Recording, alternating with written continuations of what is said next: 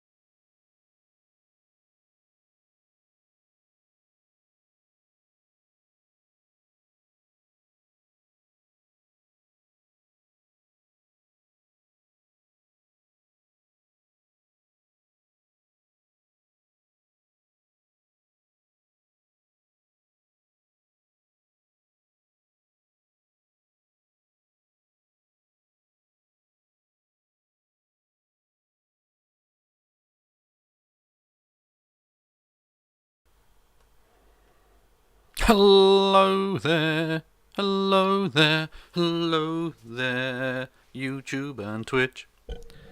How are we all? I am phenomenally well. Thank you for asking. What a day it's been. Started badly, we'll get onto it. Middled pretty badly, but ended relatively well actually, so it is what it is, I suppose.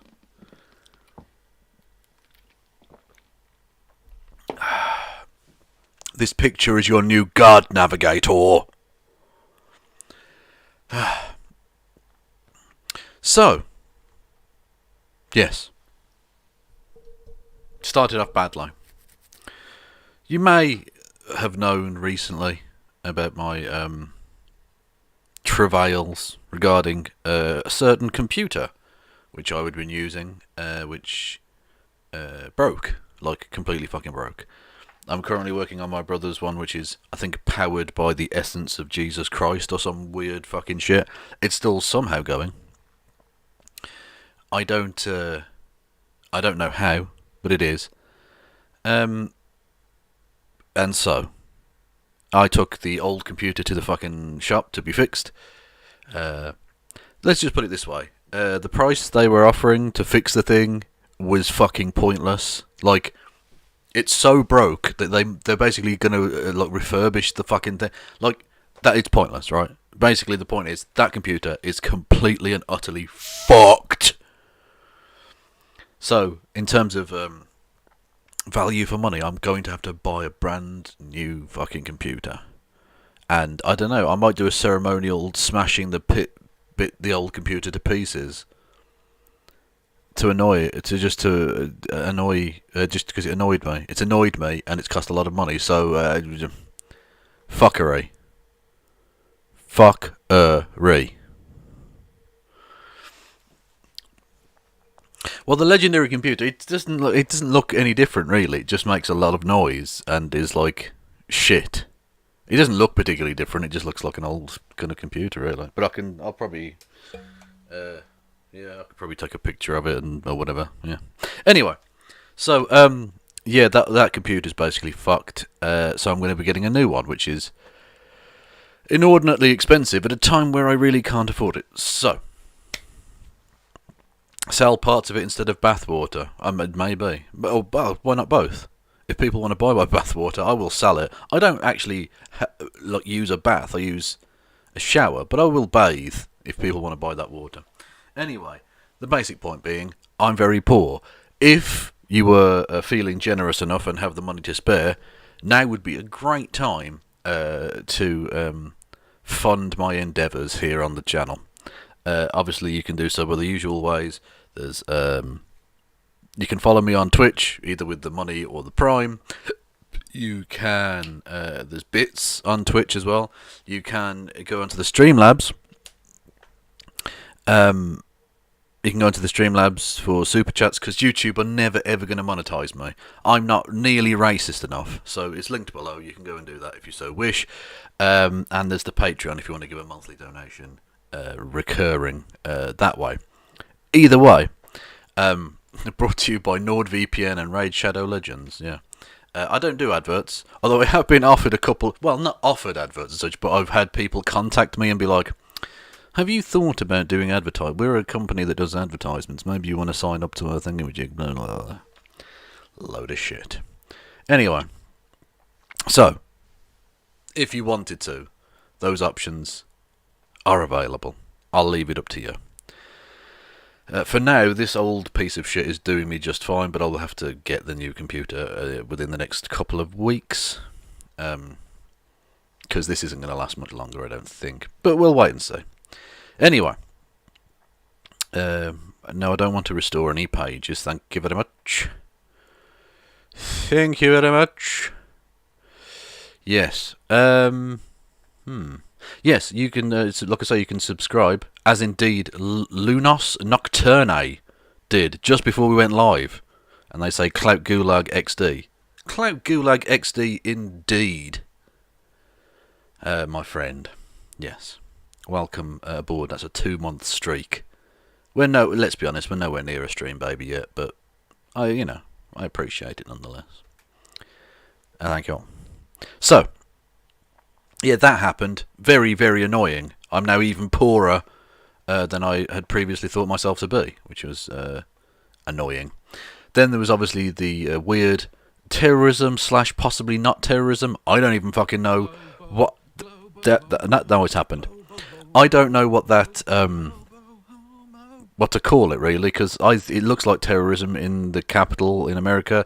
But the police are saying it's not terrorism, but then again, it's the police, so they're almost bound to lie. Like, are they capable of telling the truth? I don't even know. But that was pretty shitty. But then things got significantly better for me, because, not that anyone really cares, but my football team won. A dramatic 91st minute penalty. Scott Hogan, lovely stuff. 1-0 win. Glorious day, glorious day. And then I learned that... very much friend of the show, Christy Winters. You may remember her. She's pretty awesome. She's going to be taking part in a big fucking debate thing tonight with, like, I think Destiny's on there and Dylan Burns and various other people. Look, it's a very significant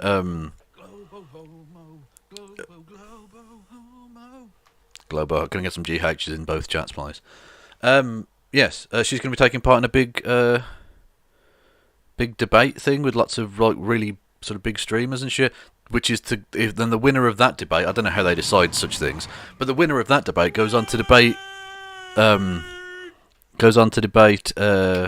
thingamajig Vosh for his hippy dippy roundtable title belt thing that we looked at. Do you remember that, where he debated Bastiat? Anyway, so that was Yeah, that's pretty big news for her. That's fucking awesome. I didn't know that. She hadn't told me because it was supposed to be secret. But then I was watching the Bosch's stream a little bit earlier, and he was like, "Oh, here's the list of people." So clearly, it wasn't that fucking secret. Anyway, so yeah, so we might actually look at that live, maybe some of it, because that's happening at 5 Pacific, which is like 2 hours away, I think, if I've got my mathematics correct, which I almost certainly haven't. So, yes, noises happened. What noises happened? Things happened. Oh, sweet Jesus. Okay, right. Mikkel Sad has gifted 5 subs. Enormously brilliant work. I will suck all of your genitals if you so wish. And other genital. I will suck any genitals. I don't really care at this point. I am not fussy. And Jezebel, are you to whoever Jezebel is in whichever chat you're from? Please contact me privately about that sum of money, because that is a rather ridiculous sum of money. But thank you enormously for that. And they say for the new computer, which is awesome. That's a lot of money. Are you sure you haven't placed an extra digit in that or something? Because that seems like a lot. But thank you. I will suck genitals, feet, toe jam, anything for that kind of money. Good lord. And thank you to Anya Ski for following on Twitch, which you should all go and do, by the way, because YouTube is absolutely fucking me. So that's a thing. Oh. Anyway, pardon me. Oh. Essential. Oh, Haruka's being weird with this a potential advert thing. Anyway, yes. So that happened. Yeah, and Christy's on the stream thing later, which we might take a look at if we're still around doing things and stuff. Yeah, and more stream now than man. I am more stream now than man. That is true. So, yeah, I don't know how to successfully transition from me propositioning myself in a prostitutional fashion to the thing we're going to be talking about first, which is a kind of terrorist attack. I don't really know how to define this, really. It's an odd one. Right. So, people may have seen during the course of the day, and this is breaking news, so it's incomplete information all around, really, but we'll have a look. One officer is dead, and the suspect, as it's now known, basically the perpetrator, is also dead, fatally shot by the police. One Capitol officer was killed and another injured Friday when a vehicle rammed into them near the US Capitol, an attack that once again put the city on edge as threats stemming from the deadly insurrection in January have started to wane. Acting US Capitol Police Chief Yogananda Pittman, by the way, Yogananda is an amazing name, said a man exited the vehicle with a knife and started lunging. She said at least one police officer opened fire, killing the suspect. It was not immediately clear how the officer, identified as William Billy Evans, an 18-year veteran, was fatally injured. So basically, yeah, that's the scene, as it were. The guy drives into the barricade, gets out, and at some point an officer dies, whether it's the initial crash or whether he was stabbed or whatever, and then the guy's shot dead. Now, the latest on all of this, supposedly, isn't 5 PM Pacific like 6 AM in Britain? No, it isn't. It's 8 hours, isn't it? By the way, hang on, have I got that wrong? So 5, it's 8 hours. It's 3 in the morning, isn't it? Is it? No, hang on. I've totally lost the plot here. I don't know. Someone do the maths for me. Anyway, so yeah, it seems like a terrorist attack, but the police have come out and said that they don't think it's terrorist related, which is really strange. Yeah, it's 6 PM on those 3, 5. Yeah, so it's in 2 hours. Thank you. Yeah, I don't. The time's gone. I'm going to stop looking at the chat because I'm trying to get through this fucking story. Right. So, the police are saying it's not terrorism. relate, or they don't think it's terrorism related, which seems odd because it seems like a classic, ram your car and then go mental and see what you can do, suicide by cop terrorism thing, right? Which is, that's the way it is, and obviously a dude died. I despise the police as an institution, but individual cops can be okay. Although anyone who's been in the force 18 years probably isn't. But that doesn't mean he deserved to die. So and condolences to his family, of course, who are innocent of all of this. Awful stuff. And the fact that the guy got shot dead, I don't care. If you want to do weird terroristy shit, you're going to get shot dead. But the news breaking within the last hour is relatively unsurprising to a degree, because the fact that he was shot dead rather than taken alive told me this dude ain't white. They always take the white ones alive, don't they? So the fact that they killed him, I was thinking, oh, possibly Muslim. Now, he might actually end up being very much a Muslim, it would appear. Albeit, it doesn't look like a ISIS type thing, because it turns out this guy, whose name is, where is it again? Noah Green, although he went by Noah X, because apparently he's a follower of Louis Farrakhan. He's a Nation of Islam person. Now, there's no indication that he's been told to do this by the Nation of Islam, or that he was even doing it in their name. So we don't know, but it does appear that this is a black dude who did this for, at the moment, who knows, reasons. But yeah, it's just, like I say, it's just a weird story. I don't know. It's just weird. I don't know how to compartmentalize this, really. It's terrible, obviously, and this is going to put what is a city that's always on edge to a degree, because it's one of the most sensitive places in the world. It's the home of the most powerful government on earth, and has since the January the 6th been, I think, probably a little bit more on edge than usual. And now this is another example of why this is quite so sensitive, albeit that Congress was actually in recess because it's the weekend or whatever, so very few lawmakers were actually there, but there are still people there, and it's still symbolically enormous.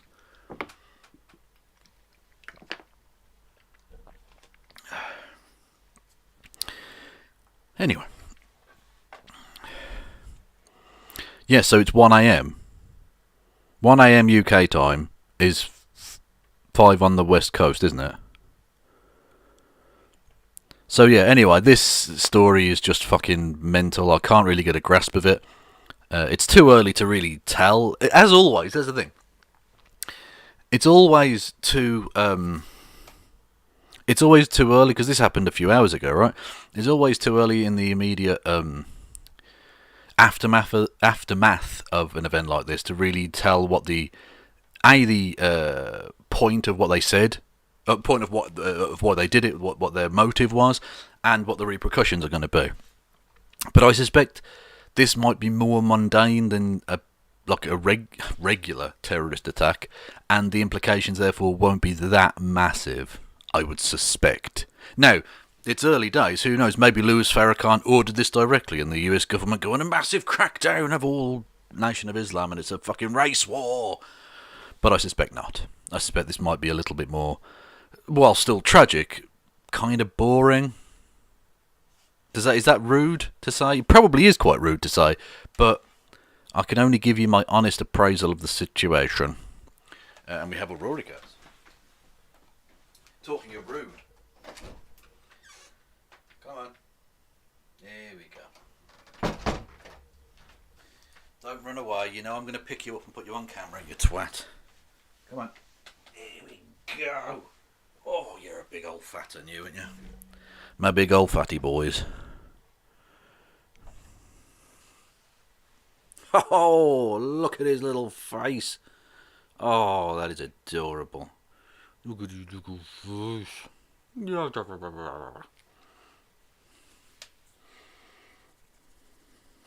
See if you can get some purring.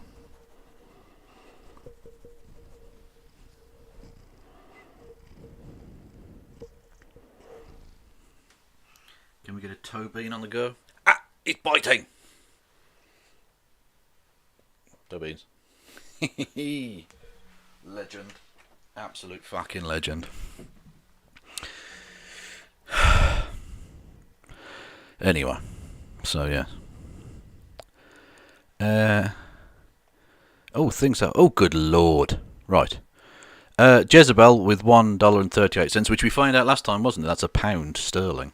It's okay, go forth and do stuff with the new computer. Well, genuinely, thank you. From the bottom of my heart, that's fucking immense. Yeah. And then Deep Dish Bard with 20 gifted subs. 20! Fucking I can only imagine, again, you've put a 0 at the end on like, unexpectedly or something. Because that is unbelievably poggers, my friend.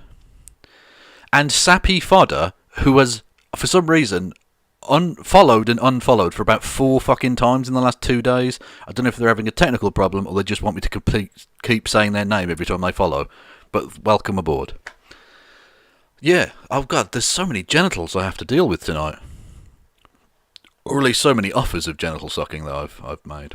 That seems enormously inappropriate, really, given the subject matter we just talked about, but there we go. So yeah, I suppose watch this space, but you know, I don't know what to make of that story, really. But now we get on to this story. Holy moly! We talked about this the other day.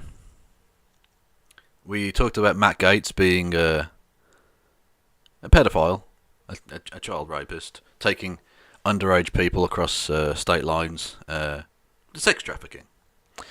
We watched his farcical interview with Tucker Carlson, in which he was so bizarre that even Tucker Carlson threw him under the fucking bus because he tried to rope Tucker Carlson into the story somehow. He also revealed that he was under investigation for allegedly having there were photographic pictures of him with child prostitutes or underage prostitutes, which wasn't actually known publicly at the time. That wasn't in the initial story at all. He revealed that not apropos of nothing, but without needing to do so, further incriminating him. Like, at this point, and it's been like a drip of more stories coming out, to the point where it's now, I think, probably quicker to narrow down the bits of child sex law that he hasn't broken at this point. It's probably quicker to narrow down the things he's not being currently investigated for regarding breaking of child sexual exploitation laws. It's fucking insane, right? We got some in the bookmarks coming up later, some of the spicier details, including him paying, supposedly he's under investigation for paying prostitutes with Cash App and Venmo. Yeah, like, it's pretty out there, man. It's pretty out there. Sappy Fodder's got in touch with me, okay.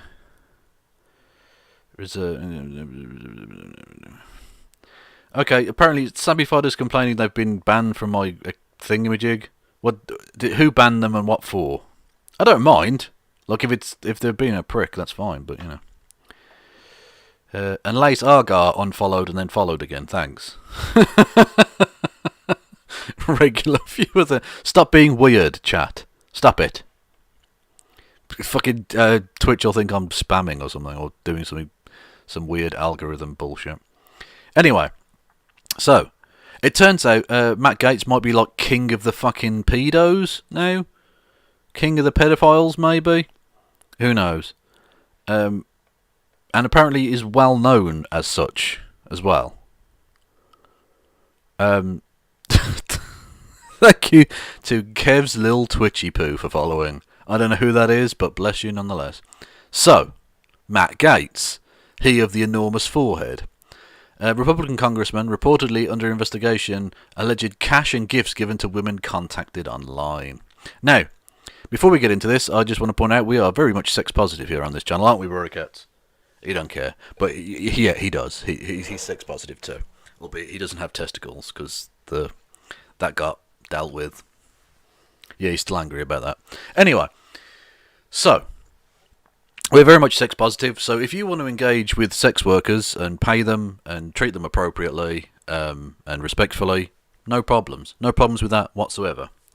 What you can't do, however, is engage with sex workers and pay them in some way, whilst also doing family values. We need to get back to modern America, traditional America, death of the West, great replacement nonsense.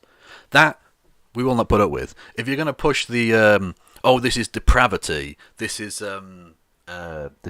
degeneracy, whilst also hanging out the back of a hooker, that's not like those two things. That's hypocrisy, my friends. That we're not going to put up with.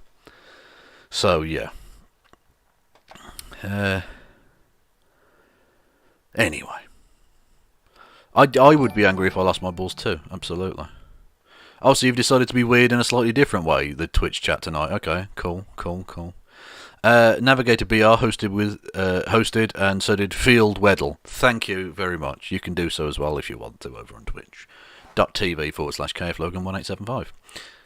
One of Donald Trump's loudest cheerleaders in the US Congress is under federal investigation over allegations he paid for sex with women recruited online, according to a media report.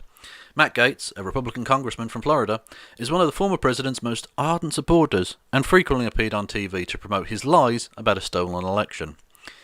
Election, not erection. There, noted. But the 38-year-old's rapid ascent is threatened by a strange, sordid and escalating scandal that includes a report by CNN that he allegedly showed nude photos of women he slept with to colleagues on the floor of the House of Representatives. That's right, he was doing weird look at the tits on her, revenge porn, to his colleagues in the august chamber of the House of Representatives. Yeah. That's a thing. Absolutely fucking mad. Pizza Gates is still good. That is still a good name. And you're very welcome, by the way. You're very welcome.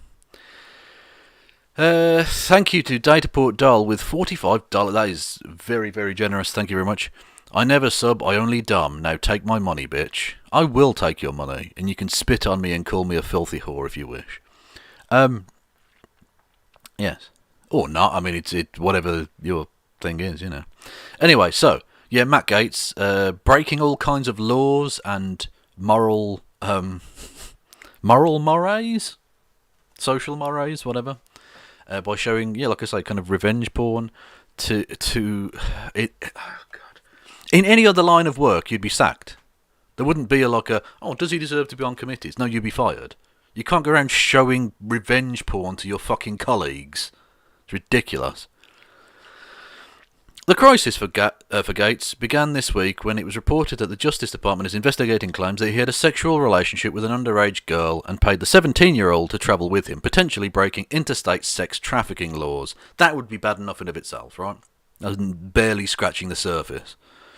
Gaetz denied the allegations and sought to deflect by suggesting that he and his father are the victims of an organised crime extortion. Which, by the way, that claim is so absurd because that extortion would have had to have begun under Donald Trump and Bill Barr as the head of the Department of Justice. Yeah. It's not true, is it? He's lying.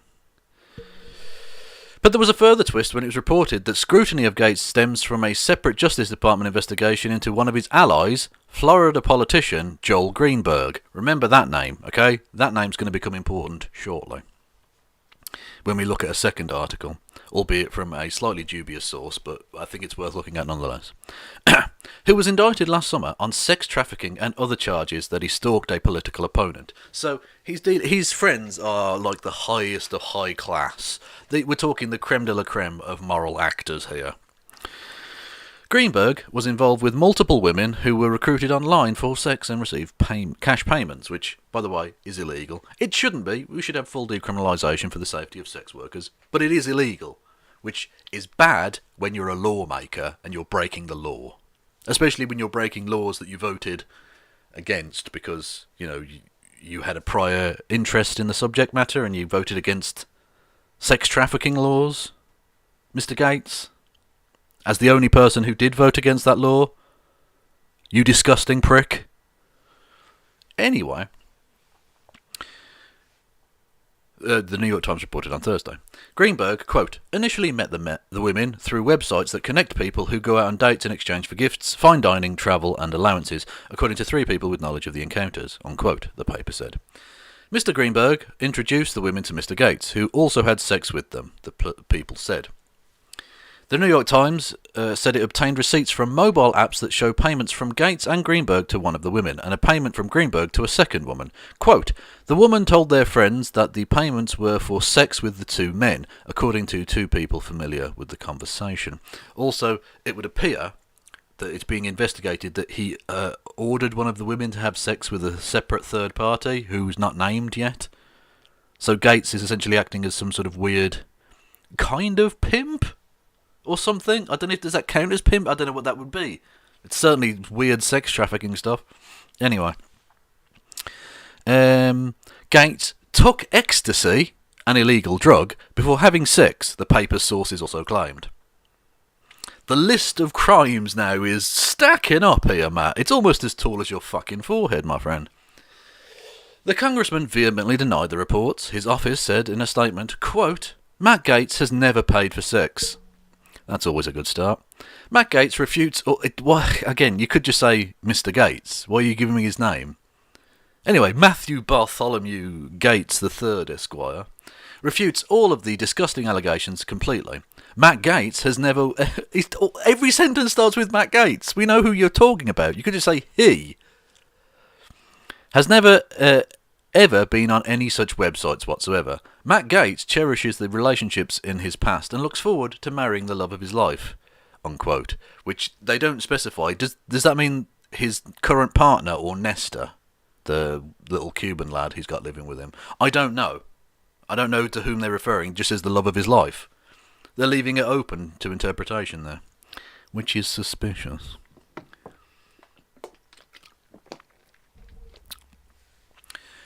But adding to a sense of growing momentum against him, a separate report from CNN, based on anonymous sources, told how Gaetz showed off images of women on his phone, sometimes on the house floor, and talked openly about having sex with them. Quote, it was a point of pride, unquote, one source told the network. This man is absolute scum. No wonder he's a big Trump fan. The sexual depravity, the sexual immorality of people like this is just breathtaking. The idea that this is the religious conservatism, is it? This is America's religious conservatism. If they're not homophobic preachers who love sucking dick, they're fucking moralisers who want to make America great again by taking drugs and trafficking children. Surprisingly, QAnon, who are happy to make all bounds and leaps to try and accuse anyone vaguely to the left of Genghis Khan of being a pedophile, all of a sudden, they've gone quiet on Matt Gaetz. This is too far-fetched, apparently. Thank you to John Krembars with 1,000 bits. Very generous. I will, again, there are so many genitals. Can they all fit in my mouth at the same time? Keep watching to find out. Here's a little contribution to you getting a new PC. Keep insulting Belgium while we are legalising sex work. Winky face. Thank you. I don't insult Belgium. I accurately describe Belgium. Boom. I'm only joking. I love people of Belgium. I love the people of everywhere. It's never the people I'm attacking. Unless I specifically say, this person or whatever, you know. On Friday, Gaetz Communication Director Luke Ball resigned. Now, firstly, you may be surprised to find out that he had a Director of Communications, because that person wasn't very good at their job. That person clearly wasn't like enormously brilliant on keeping on top of things communications wise, because it's been a bad week or so for the lad, you know. But yeah, even so, it's even worse when your really shit communications director leaves, because rats don't deserve a not sinking ship, do they? You know, like, come on. A statement said, quote, "The office of Congressman Matt Gaetz and Luke Ball have agreed that it would be best to part ways. We thank him for his time in our office, and we wish him the best moving forward," unquote. / please don't tell them where the bodies are buried. I added that last bit, but you get the idea.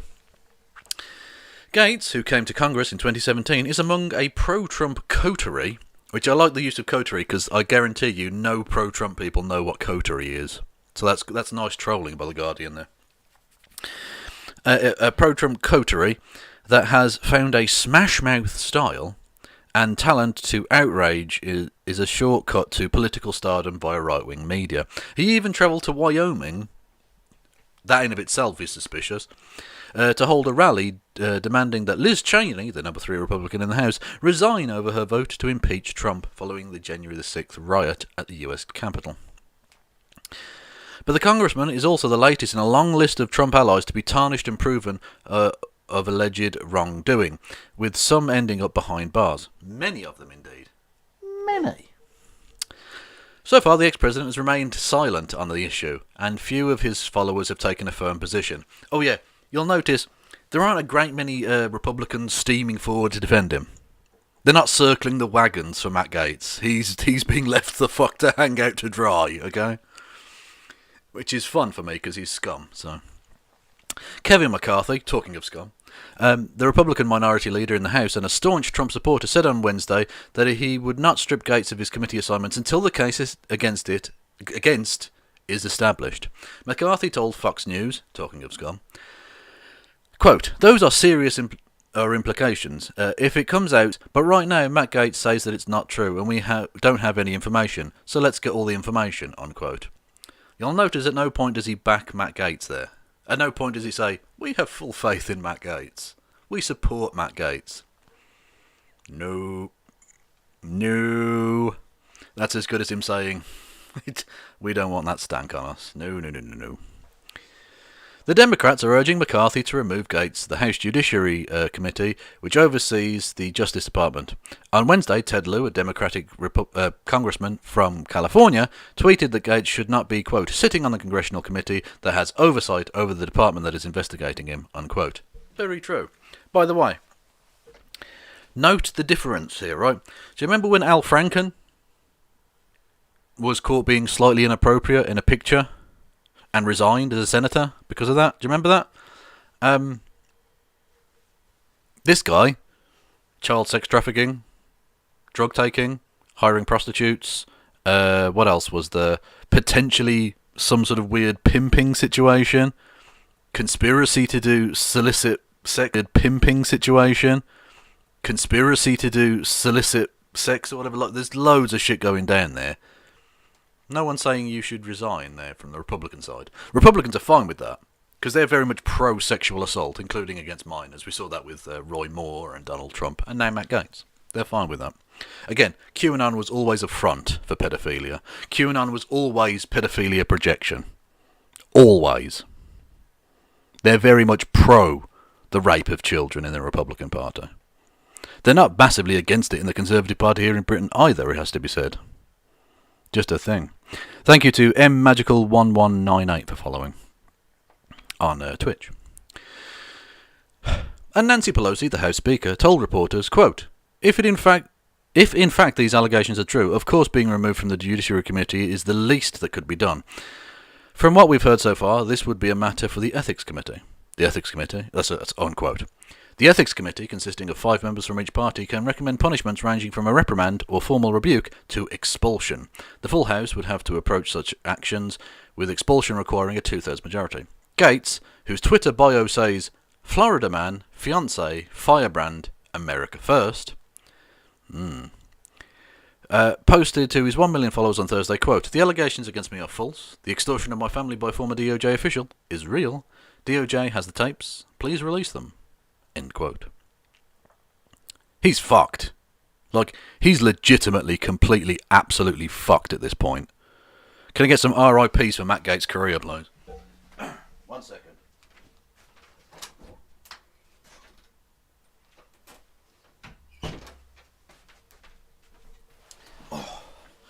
Yeah, no, Matt Gaetz is absolutely fucked. Now,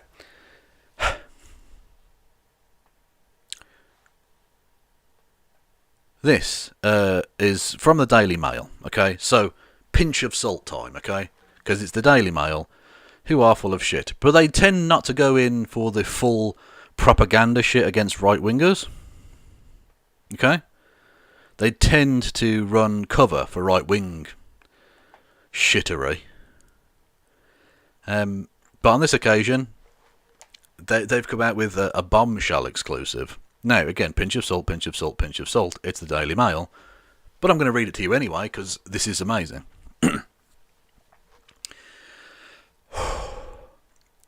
Exclusive. Quote, his friend has been singing to the feds. That's why Matt is so freaked out, unquote. Gaetz' arrest is imminent as jailed tax collector Joel Greenberg. Do you remember how I told you to remember the name Joel Greenberg? Joel Greenberg faces charges of having sex with the same 17-year-old and, quote, making fake IDs with the congressman, unquote. Yeah, this story just gets more and more fucking mental. This is really, really bad. Yeah, he's this is going places. This story has barely begun, I feel. Time to take out the trash, Washington. Oh, well, that's been the case for decades, but you get the idea. The investigation into Matt Gaetz is linked to his friendship with Joel Greenberg, a Florida tax collector currently in jail awaiting trial on sex trafficking charges. Never a good look, is it, when you've got a friend in jail on sex trafficking charges, and you're being investigated as part of that? Bad news. It emerged Thursday that Gaetz is under investigation by the DOJ over allegedly having sex with a girl, 17, 2 years ago. Further allegations surfaced Thursday, claiming Gaetz had paid for sex with a woman who Greenberg allegedly met on a, quote, sugar daddy website. The 17-year-old girl at the centre of the sex trafficking probe is the same girl Greenberg has accused of sex trafficking. Is the same girl... Oh, has been accused of sex trafficking. Write it more clearly, Daily Mail. New report Friday revealed Gaetz caught the attention of investigators after he was seen accompanying Greenberg during a late-night visit to a tax office. Okay, the story... The plot doth thicken, methinks.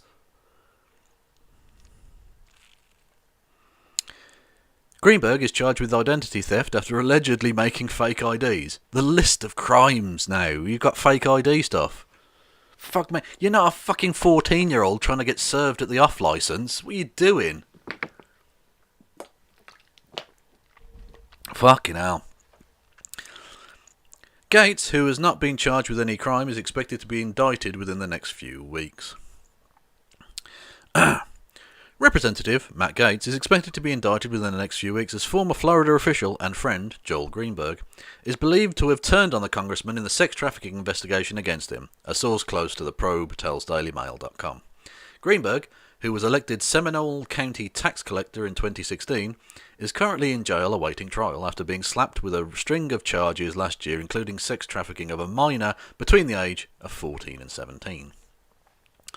Earlier this week, Gaetz was revealed to be under investigation for allegedly engaging in a sexual relationship with a 17-year-old, who on Thursday was reported to be the same girl Greenberg is accused of sex trafficking, according to the New York Times. You are so fucked, Matt Gaetz. You are so fucked. I mean, it's not funny in a way, because he has actually, raped a child, as well as all the other crazy shit he's been doing. And getting away with it for seemingly years. But it's funny because he's finally getting his comeuppance. And rich white, well-connected men, often don't. Get their comeuppance. Especially in America, but the same is true here in Britain, of course.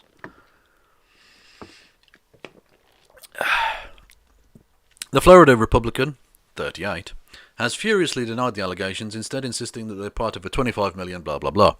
But sources familiar with the matter say Gaetz' claim are just an attempt to divert attention from his connection to the Greenberg case as the investigation closes in on him. Yeah, no shit. Oh, and guess who else pops up? Oh, it's Roger Stone, the serial criminal. The guy who's so old and corrupt, he was literally involved with the Watergate scandal. That's an actual thing. He was quite young back then, but you know, look at them. 3 pedos in a pod. The congressman impugned and damaged the reputation of someone who had nothing to do with this, the source told DailyMail.com, which is the McGee chap he named, who wasn't even working, not just on the case, but even working with the Department of Justice. He was working for a private law firm, and thus had nothing to do with it. Rest assured that Greenberg has been singing to the feds about his friend Matt Gaetz. That's why Matt is so freaked out, unquote. Gaetz' arrest is said to be imminent after the alleged victim, who has not been named, testified before a Florida grand jury this week, saying she had sex with the conservative Republican before she turned 18, DailyMail.com has learned. That's quite big. She's testified before a grand jury that he raped her when she was a child. Now, these are still allegations, for legal reasons we have to say. Allegations. But it seems pretty fucky. Seems pretty bad. Oh yeah, G. Gordon Liddy did just die, didn't he? Yeah. Who was the guy who broke into the actual Watergate? The one who did the actual act. Yeah. And then lied about it afterwards, obviously. Anyway. So yeah, a lot of Watergate stuff. I mean, if only this motherfucker had died. Fun times. Anyway, I'm sure we'll get there in time. The Weeper, or even the Reaper, waits for nobody. The investigation into Gaetz first spiralled from a probe into Greenberg, who was indicted last summer on 14 felony charges, including child sex trafficking, fraud, identity theft, and stalking a former political rival. Nothing but the classiest people who support Trump, eh? Gaetz caught the attention of investigators in January 2020 after they learned he had accompanied Greenberg on a late-night visit to a Florida tax agency in 2018, the Daily Beast reported Friday. Sources told the outlet Green was caught on surveillance footage visiting a tax collection office in Lake Mary, Florida, where he was allegedly making fake IDs with another man, revealed to be Gaetz, over a weekend in April. The following Monday, an employee arrived to find the alarm had not been activated and a number of driver's licenses were scattered over a manager's desk. They didn't even clear it up. God almighty. They're the stupidest people in the history of the world. Fucking hell.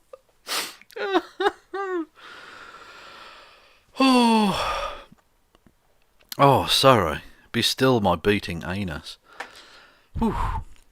According to the report, the IDs, which are stored in the office after expiring, are usually kept in a disposal bin to be destroyed. The strange findings prompted the employee to review the camera footage and report it to the office boss, who later contacted Greenberg. I mean, this is the dumbest shit. This is the dumbest shit. Oh my fucking god. When asked if he had visited the office over the weekend, he replied, "Yes, I was showing Congressman Gaetz what our operation looked like. Did I leave something on?" So let's get this right. Elected official, who's the tax collection guy for this county, Seminole County, takes federal congressperson Matt Gaetz into an office late at night, forgets to clean up the evidence of them making fake identity cards out of expired identity cards at this place, forgets to set the alarm again when they leave. The person goes in, finds all this evidence, asks him, and he goes, "Yeah, I was here with federal congressman Matt Gaetz late at night." Are you fucking kidding me? Oh, I tell you, the only more incriminating thing, I don't know if you saw this story.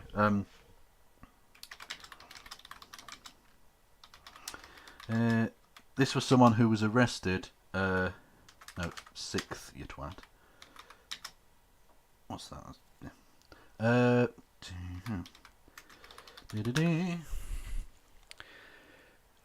Yep, here we go. This happened, when was this? March the 30th, so what, 3 days ago. This is an amazing story, right? This is the only thing I can think of that's more incriminating than the thing that I just told you about Matt Gaetz' friend. Accused Capitol writer arrested in a t-shirt reading, "I was there," with Trump's photo and the insurrection date. Seriously, right? Oh, hang on. No, that's... The police showed up at Garrett Miller's Dallas home earlier this year to arrest him on charges that he had participated in the Capitol riot. Right? So, you know. His wardrobe spoke for itself. The 34-year-old unemployed man, who allegedly forced his way into the US Capitol building and threatened a congresswoman and police officer, was clad in a t-shirt emblazoned with a photograph of former President Donald Trump, and text declared, "I was there, Washington, D.C., January 6th, 2021. Now, don't know about you, but that would suggest to me he might be a little bit guilty. I don't know what state-appointed attorney is going to have to take that case on, but I'm going to suggest it's going to be a fucking tricky one to win. Like, you might as well go up there and went, "Yeah, I did it. Obviously, I did it. You arrested me in the fucking t-shirt." I don't know how much more guilty I could make myself look. Fuck me. What an absolute dipshit. So that's probably the worst thing I've ever seen in that case. But this one isn't far off. This is not far off. Another text message conversation from September showed Greenberg had also asked an employee to make a duplicate ID for Gaetz rather than go through the appropriate channels. "Amy, is there any way to assist one of our congressmen in getting an emergency replacement ID, or DL, by Tuesday 2 p.m? He's lost his yesterday and he's got a flight Tuesday, doesn't have any other form of ID currently on him. Sorry to bother you on Sunday," Greenberg wrote. When the employee asked for the person's name and date of birth, he replied, "Matthew Lewis Gaetz II, born May the 7th, 1982.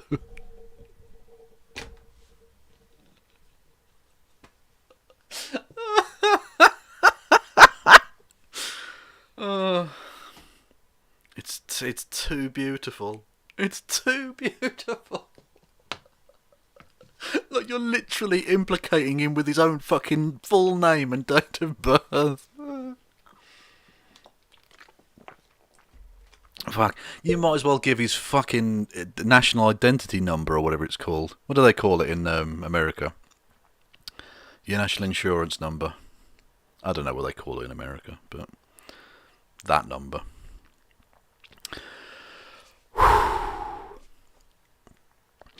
Footage of the 2018 visit to the office has not been publicly released, as officials say security videos are only stored for 60 days per agency policy, the Daily Beast reported. Federal prosecutors have accused Greenberg of using his position to take, quote, "surrendered driver's licenses before they were shredded," unquote, from the Seminole County Tax Collector's Office. The driver's licenses were later used to create fake IDs, they allege. The report comes after new details about the sex trafficking probe against Gaetz emerged Thursday, involving claims he had paid women via Apple Pay for ecstasy-fueled sex at Florida hotels. He had paid women via Apple Pay for ecstasy-fueled sex at Florida hotels. Now, Social Security number is the number I'm looking for there, yes. Well, I'm not looking for his number, I mean that's the name of the thing. It's called National Insurance Number here. They're basically the same thing.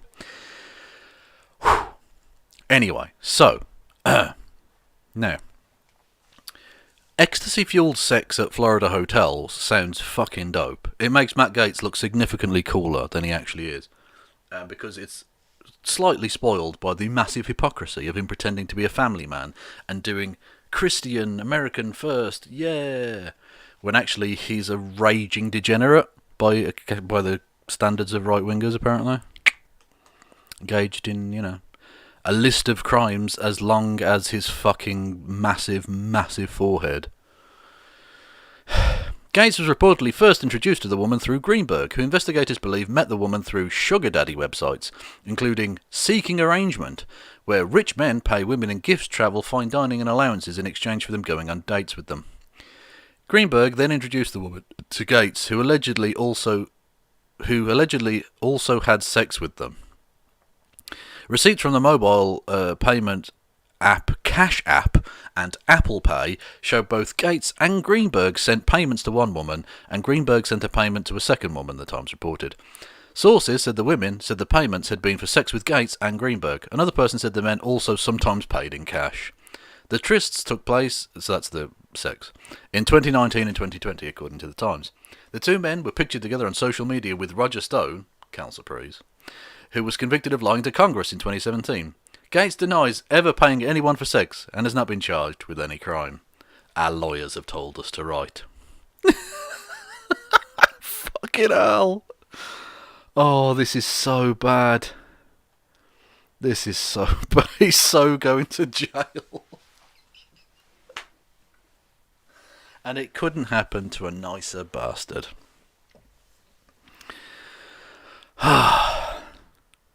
Yeah, exactly. He's the one who, put on the gas mask, didn't he, to mock people who were dying of COVID. Enjoy your time in prison, Mr. Gaetz. Sophia Christina Botha donated $1 and says, have you heard Sargon wants Momentum members arrested? I did hear that. We put there was a clip of it in one of the happy hours last week. Yeah, he's garbage, obviously. And by the way, Sophia, if you're still there, spam your links in both chats. Everyone go and follow Sophia Christina Botha here on YouTube. I don't think they're on Twitch yet, but, maybe they will be at some point. And thank you for the donation. So then, we'll get on to a few bookmarks, which won't be the end of the show, as it would be with the happy hour. We're going to sort of intersperse bookmarks and then go and do the Christie's debate thing that she's doing later with various things. We're probably going to take a look at that at some point. So we ended this with this, didn't we? Learning how to cat.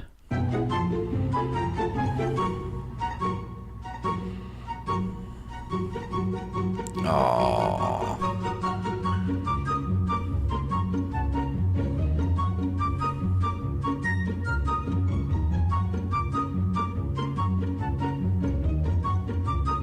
Aww. But kids.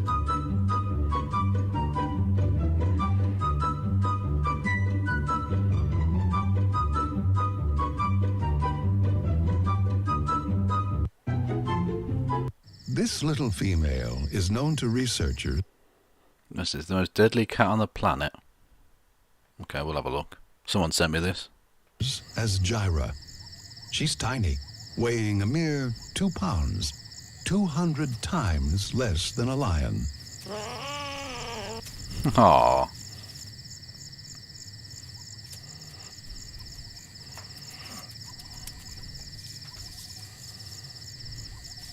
She'd be almost impossible to find, but she's being tracked with a radio collar. And using surveillance cameras that rival a cat's night vision, we can at last reveal her nocturnal pursuits. Pussy.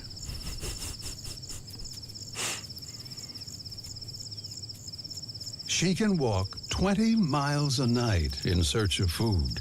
No. The farthest recorded for any small cat.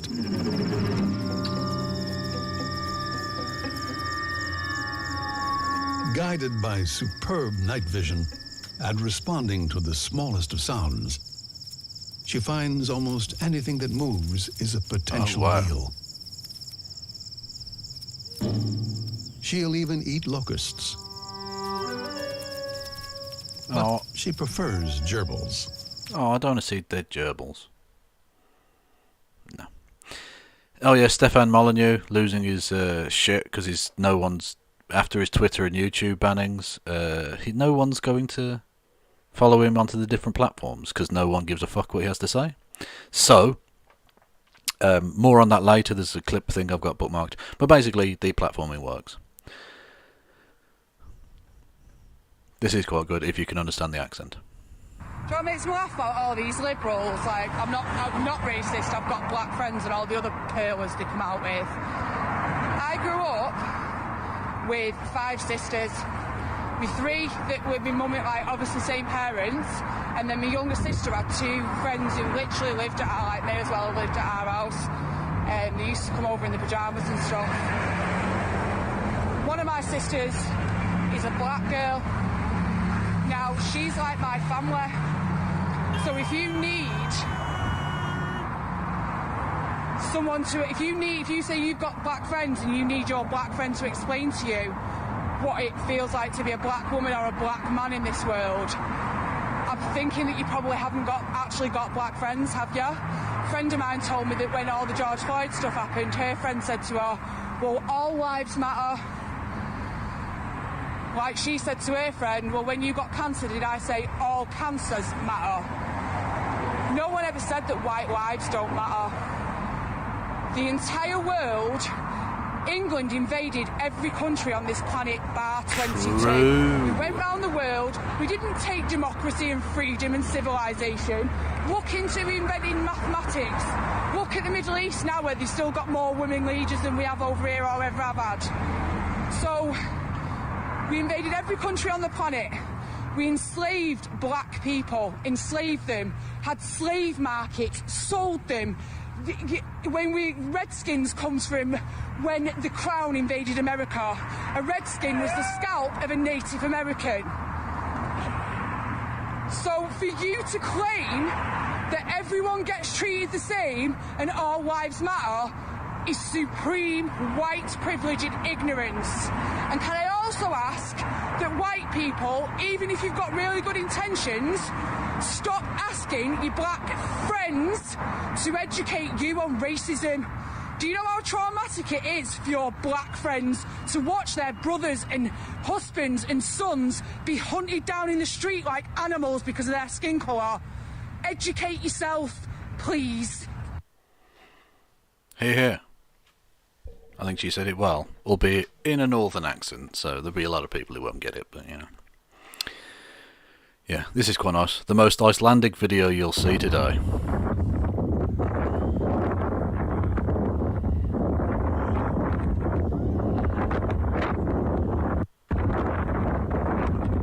Just casually playing a bit of volleyball whilst a volcano erupts behind them. Okay, interesting. Thank you to Chronic Maths Debater 69 for following. Yeah, this is the cat purring. Oh, meowing. Baby! Aww. Oh, this is the one, yeah. This is Vadim, who's doing such great work. The compilations are amazing. World deplatforms me. All right. I'm off politics, focusing on Bitcoin. 5% of people followed me to a new platform because my donations... Because Bitcoin isn't political, you understand. ...have cratered. You get what you deserve. I'm not impossible to find. I'm not sitting here in a camo gear and a snorkel in the Florida swamps trying to hide from airboats. You're no one to blame but yourself. But I start talking about topics they're not comfortable with, poof, all gone. Right, okay. I know this. I don't want to sound bitter. I'm not bitter. I'm genuinely not bitter. He's not bitter. I'm not coming across as bitter. He's not bitter. He's not bitter. Because I'm not bitter. He's not. I absorb information. I'm just an information eater. I'm a fact eater. I'm a empiricism and truth eater. I would go with shit eater, but okay. Yeah. This is just facts. I'm a fact muncher. That's what I do. A shit muncher. He is a shit muncher. My BitChute subscribers are 8% of my YouTube subscribers. So about 3%. And, you know, again, not bitter, just facts. He's not bitter. He's not bitter. Stop saying he's bitter when he's definitely not bitter. 3% of my YouTube subscribers went over to BitChute. About 3%. That's very liberating for me. Yeah, you sound really liberated and not at all bitter. Gonna get some bees in chat for bitter, because he's definitely extraordinarily bitter about that. Exactly. Everyone had forgotten about him. Deplatforming fucking works. I'm sorry, it does. These people need the oxygen of publicity. And if you deny it to them, they're nowhere near as powerful. Look at Milo, look at Stefan Molyneux, look at Alex Jones and InfoWars. They've all taken massive hits because they've been deplatformed. It fucking works, I'm sorry. Yeah, there may be a very principled stance that some people take against it, and that's fine. Your principles are admirable in many respects. But practically speaking, the best thing we can do is deplatform these motherfuckers. I'm sorry, it just is. I'm not interested in having high-minded ideals that lead to the rise of fascism. If we need to get down in the trenches and get dirty, okay, so be it. This is quite nice. The coins in a pocket of a World War I soldier managed to stop a bullet, which is badass. And then, is that on the screen properly for everyone? No, it isn't.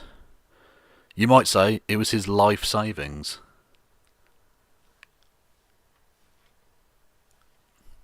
Yeah.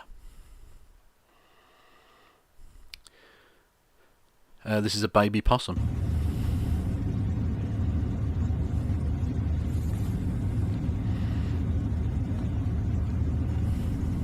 Oh, the baby possum. It's just cute. Oh yeah, Arkansas has become the first state to ban healthcare for trans youth. Arkansas are fucking scum. Not the entire state, the officials who led to that law and voted for that law. You people are disgusting. Absolutely fucking disgusting. Anyway. This is the city of Homs. Which, remember when all those leftists were going on about all those tanky pricks? How Assad is definitely a leftist, right? This is what he does to, residential areas.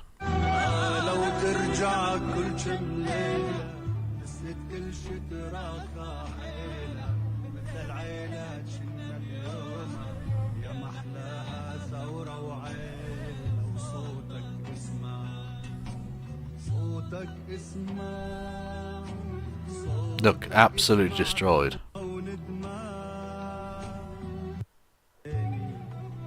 It's people's houses and businesses and shit here. Schools and hospitals. Fucking insane. Absolutely disgusting. Sophia comes back. Thank you for donating again. They say, do you want to come on my channel over the weekend and shoot the shit, etc.? I might be a little bit busy this weekend, but possibly. I'll contact me privately about that and I'll see. Oh yeah, that was the thing we already showed you. The Capitol rioters t-shirt read, I was there on January the 6th when the FBI arrested him. Making their job very easy for them. This is just amazing. I don't even know what to make of this, really. This sentence just reads, I'm immune from COVID. I eat ass. Now, those two things connected? Are those two things... Is he saying I'm immune from COVID because I eat ass? Or is he saying I'm immune from COVID and I also eat ass? Or is he saying I'm immune from COVID so I can now eat ass? I don't know. But thanks for keeping me updated on your ass eating. That's good. Now there are some animals whose war cry is so fearsome that I don't know how anyone puts up with it. I don't know how anyone can possibly withstand the power, the sheer raw energy of their war cry. And this animal, this is a fucking power move. This is the sonorous war cry of a very angry frog. Oof. Ferocious. Strong. This? That is strong. That is brutal. I'm echoing. Am I echoing? What? I shouldn't be echoing. Because I've literally got the... That doesn't make sense. No, that's just you, Sophia. Or are you doing a joke about me being Jewish? Like the echo marks. Is that... I don't know, maybe you are. Yeah. This is... this might be the worst tattoo ever. Oh, actually, well, there's a strong contender later on as well, but...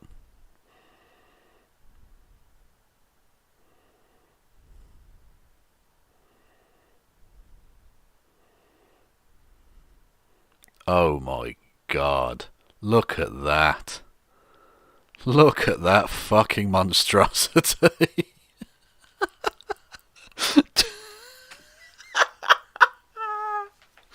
They got a half Peterson, half Rogan tattoo. Why? Why did you do this? I mean, I've got to hand it to the tattoo artist. Those are both recognisably the people they're supposed to be. That's fucking talent. But holy shit, that is that is fucking mental. Some people are too stupid for words, man. Like, where'd you go with that? I don't even know. This is quite nice, yeah. Just a cat sleeping on another cat. If Rennie told you I got up and little spooned my baby brother because I love him, they are lying. I am clearly just trying to smother him in his sleep. It's true. Fact. What's this? Barely anyone has heard of Mohammed Anwar, but everyone in America has heard of George Floyd. There's a reason for that.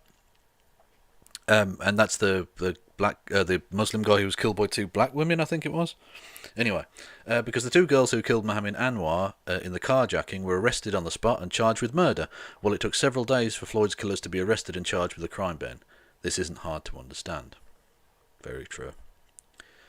Although, arguably not the stupidest thing that he said this week. Did you see that Ben Shapiro had made the analogy of voter suppression and long lines at Disney World not being ride suppression, even though it kind of is because you can't get around all the rides. So it kind of is, actually. Two black girls. They're 13 and 15. Fucking hell. That's mad.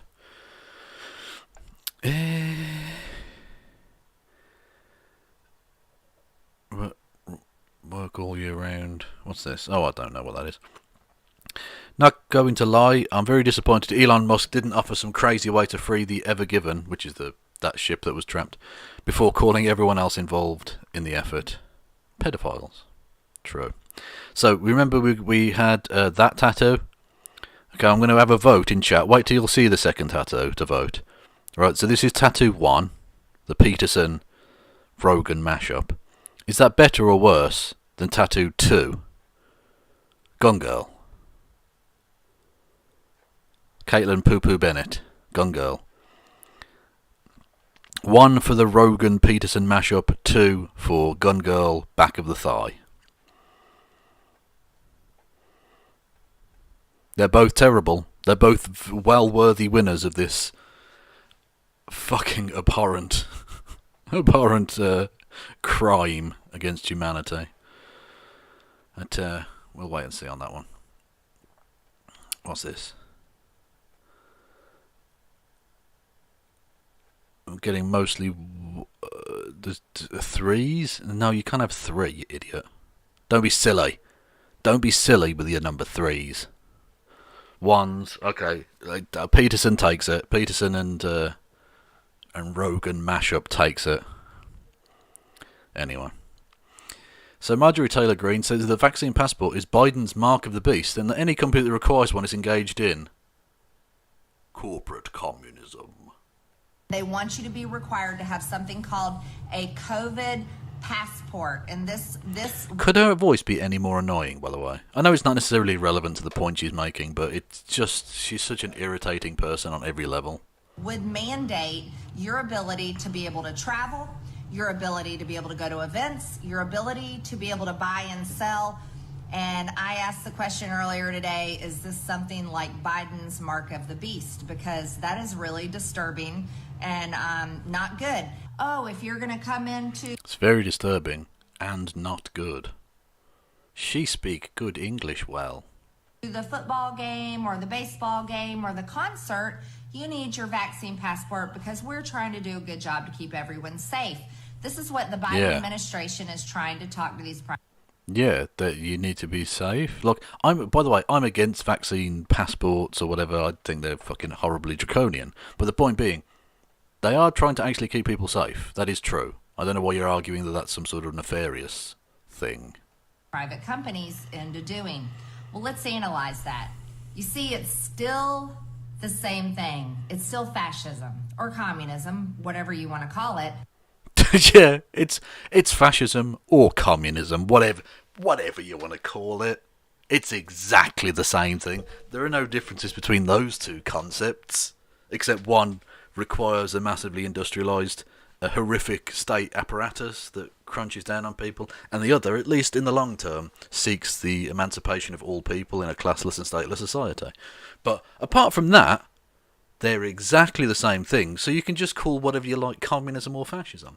At least, look, the mask has slipped there, hasn't it? Because we always assumed that they were just using these words interchangeably as slurs, as smears against the thing they were talking about, and she's just admitted it there. Communism or fascism, whatever you want to call it, it's fine. Words don't really mean things. This was from the people who argued against postmodernism as well. But it's coming from private companies. So I have a term for that. I call it corporate communism. No, it's corporate fascism, because they're the same thing. So, shut up, you stupid bitch. Oh yeah, this again. I talked in the week about the government's report into race relations. They said that there was no systemic racism in Britain, right? That systemic racism was not an issue in Britain. We've got more upcoming from various organisations who refute those claims from the very, very whitewashed thing. But one such example was from the police. Now, there's this lad here whose name escapes me, so I suppose I'll go onto the thing and find it. What's his name? Richard Okoroghiyi. Butchered that. Anyway. He's a young lad who's at Oxford University, and he went missing. Right, as you can see there, he's visibly a very black lad. Okay, that is important. Because when the mother of the missing teenager went to the police and said, "My son is missing," you would expect the police to say, "Okay, that's very serious, we take that very seriously, can you give us some details, when was the last time you saw him, etc, etc." What they actually said was, "If you can't find him, how can we?" They said that to the mother of a young man with what disease? He has some sort of, I don't know if it's a disease, he has some issue, some sort of psychological issue, I think. Can we find, he's a vulnerable teen, but what's the exact thing he has? Sickle cell disease, right? So, 19-year-old lad, sickle cell disease, is away at university, goes missing. And the police tell the mother, "If you can't find him, how can we?" Bitch, you're the fucking police. It's your job to find people. It's your job to find criminals. It's your job to find missing people. That's what you're supposed to do. You fucking irresponsible, sick bastards. Also, have just a mild amount of compassion for someone who's in a terrible fucking state. Understandably, she's going to be absolutely out of her fucking mind. Her child's gone missing. Her vulnerable child has gone missing. And you're just going to be like, "Nah, fuck it, he's lost. Just have another one. Yeah, just replace him with another person, I reckon." Fucking ACAB.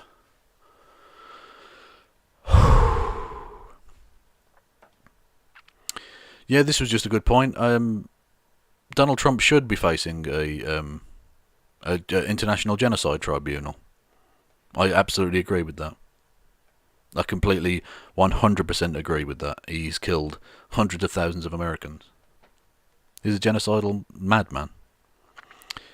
Yeah, this was just quite interesting. This is the size of Africa, right? Compared to these other places. So you got the United States, China Part 2, which I think is just Manchuria, Japan, the UK. Look, that's fucking... Africa's massive.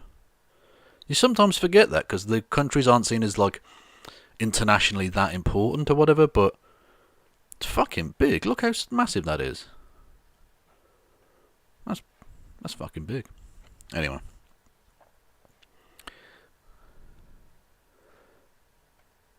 What's this?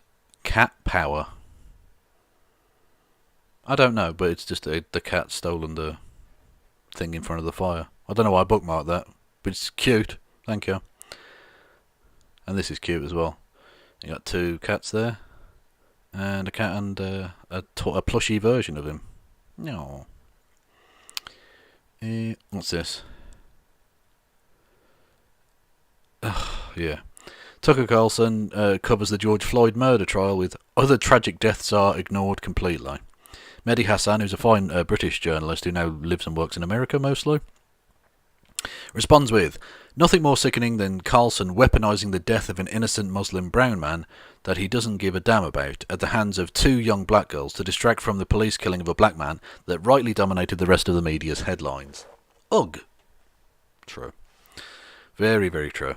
Tucker Carlson might be one of the most dangerous men in the world right now.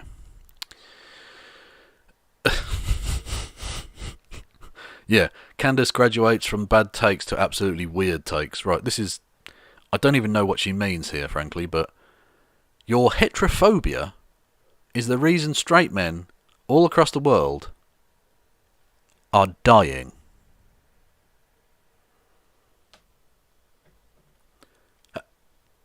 Is Candace Owens suggesting that should heterophobia, whatever that means, stop, that straight men will become immortal?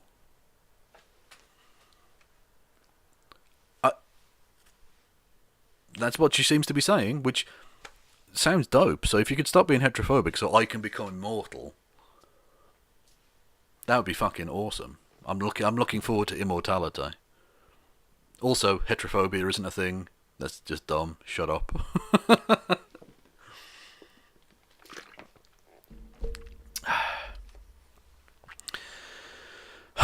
Anyway. Yeah, this is quite cute. The picture is that, and then the caption is, "You're lucky they're holding me back." That is a power stance. Look at that fucking thing. That is a penguin who's saying, "I will fuck you up, bro. Don't fucking mess with me." This is quite cute.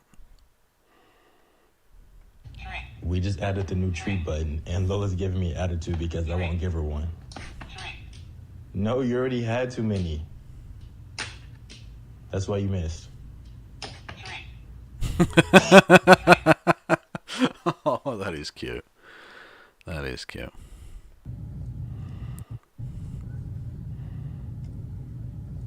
Aww. Aww. Oh yeah, we already did this one, didn't we? But I'll play it again. At the launch of Lawrence Fox's Weird Thing, a guy who claimed it was illegal to do dirty limericks in the street, did a dirty limerick in the street, and didn't get arrested for it, thus disproving himself. Anyway, transphobic as well, a bit, if content warning thing. He cut off his penis and called himself Venus, and now he's a famous fashion designer. Officer, arrest me! So in the best tradition of London, I'd like to thank you. And then it just walks off. He cut off. What? Okay. Fair enough. Oh yeah, Dickhead Crowder's had his channel demonetized, which we talked about during the week. Oh yeah, this is a plot twist and a half. You won't see this coming. Well, unless you're Cupcake Chaos, in which case you already showed me this. So.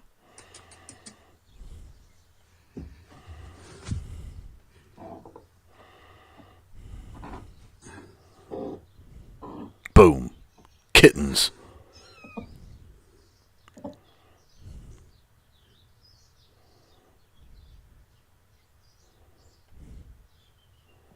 And they go back under. That's fine. Aww.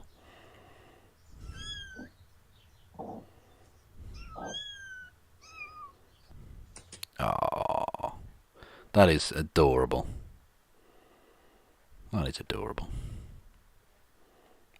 Nope, I don't want to be doing that. This is also adorable. Kittens are never not adorable, but look at this one. Absolute legend. What's this? Marianne Williamson tells James Cameron about the time she tried to unite Israelis and Palestinians by quoting Avatar. Okay. Let's do this, I suppose. You might not. I want to tell you this. I was in Israel, and I was talking to some Israeli and Palestinian peacemakers. And I said, I'm I'm telling you the truth. I said, well, you know, the Great Mother doesn't choose sides. According to Avatar, the Great Mother doesn't choose sides. She's there to protect balance. Yes. She doesn't pick a winner. She protects balance. And Yes. do you know what the Palestinian and the Israelis in the room, do you know their reaction? What did they say? They thought about it. They That's nodded. good. And I think it was because some of them had seen Avatar. Yeah. They're not. So that was the weirdest conversation ever. But I assume that now, I mean, I haven't checked, but I assume that the Israel-Palestine conflict is over. I presume Mariam William fixed it by using a somewhat forced Avatar analogy. Maybe they could strike, unobtainium in Israel, and everything would be absolutely fine.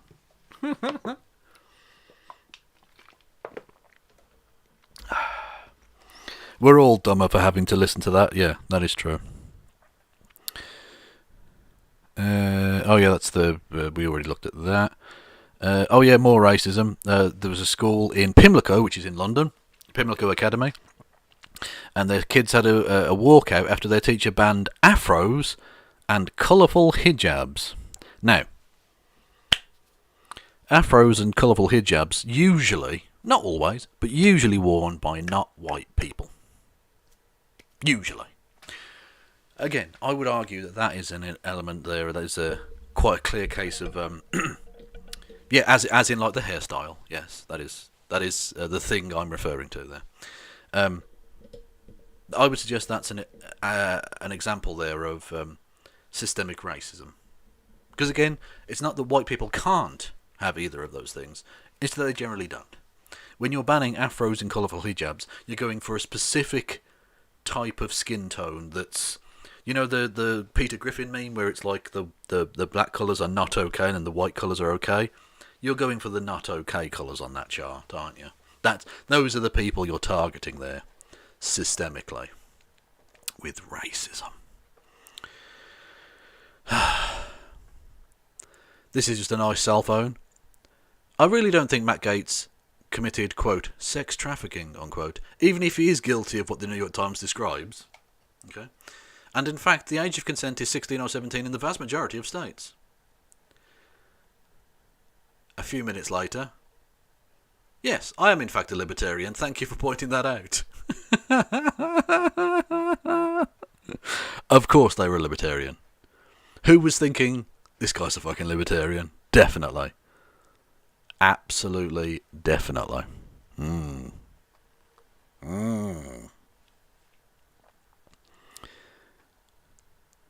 Yeah, God, yes, well, vaginal steaming and more.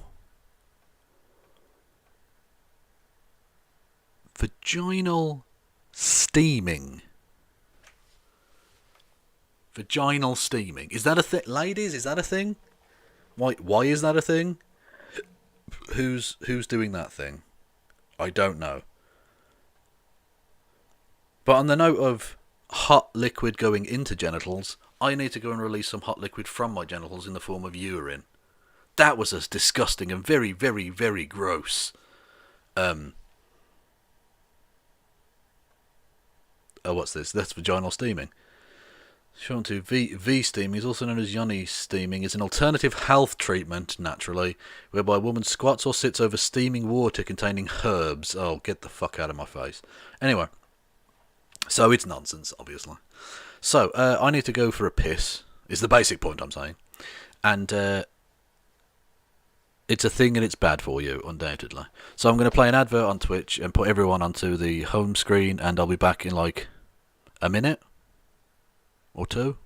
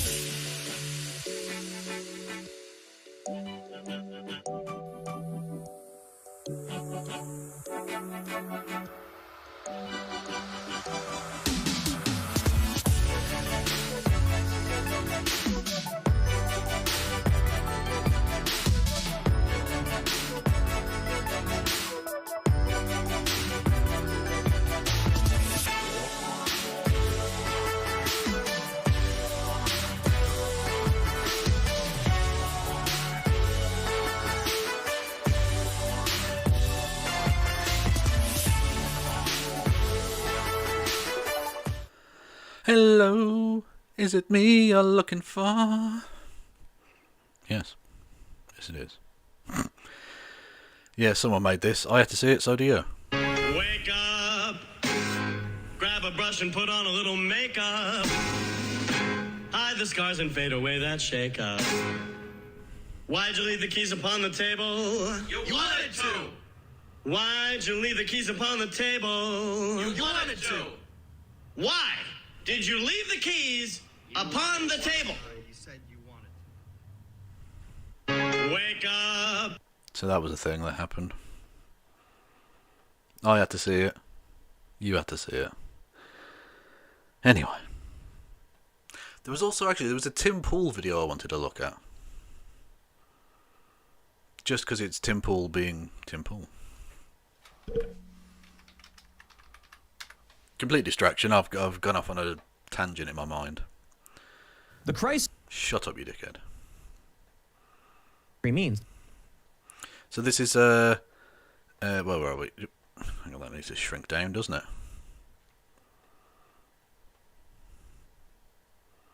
Oh, that song was Chop Suey? No. Yeah, by System of a Down, who are badass. Anyway, this video is entitled Biden plans rapidly re-engineering America in secret meeting. Democrats win massive far left push. Far left push. Far left. Can I get some FLs in chat for far left, please?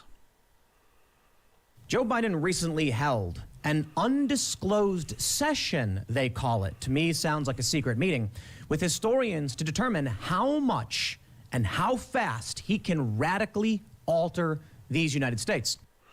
Now, Tim points out that this was apparently a secret meeting, although if it was a secret meeting, how does he know about it?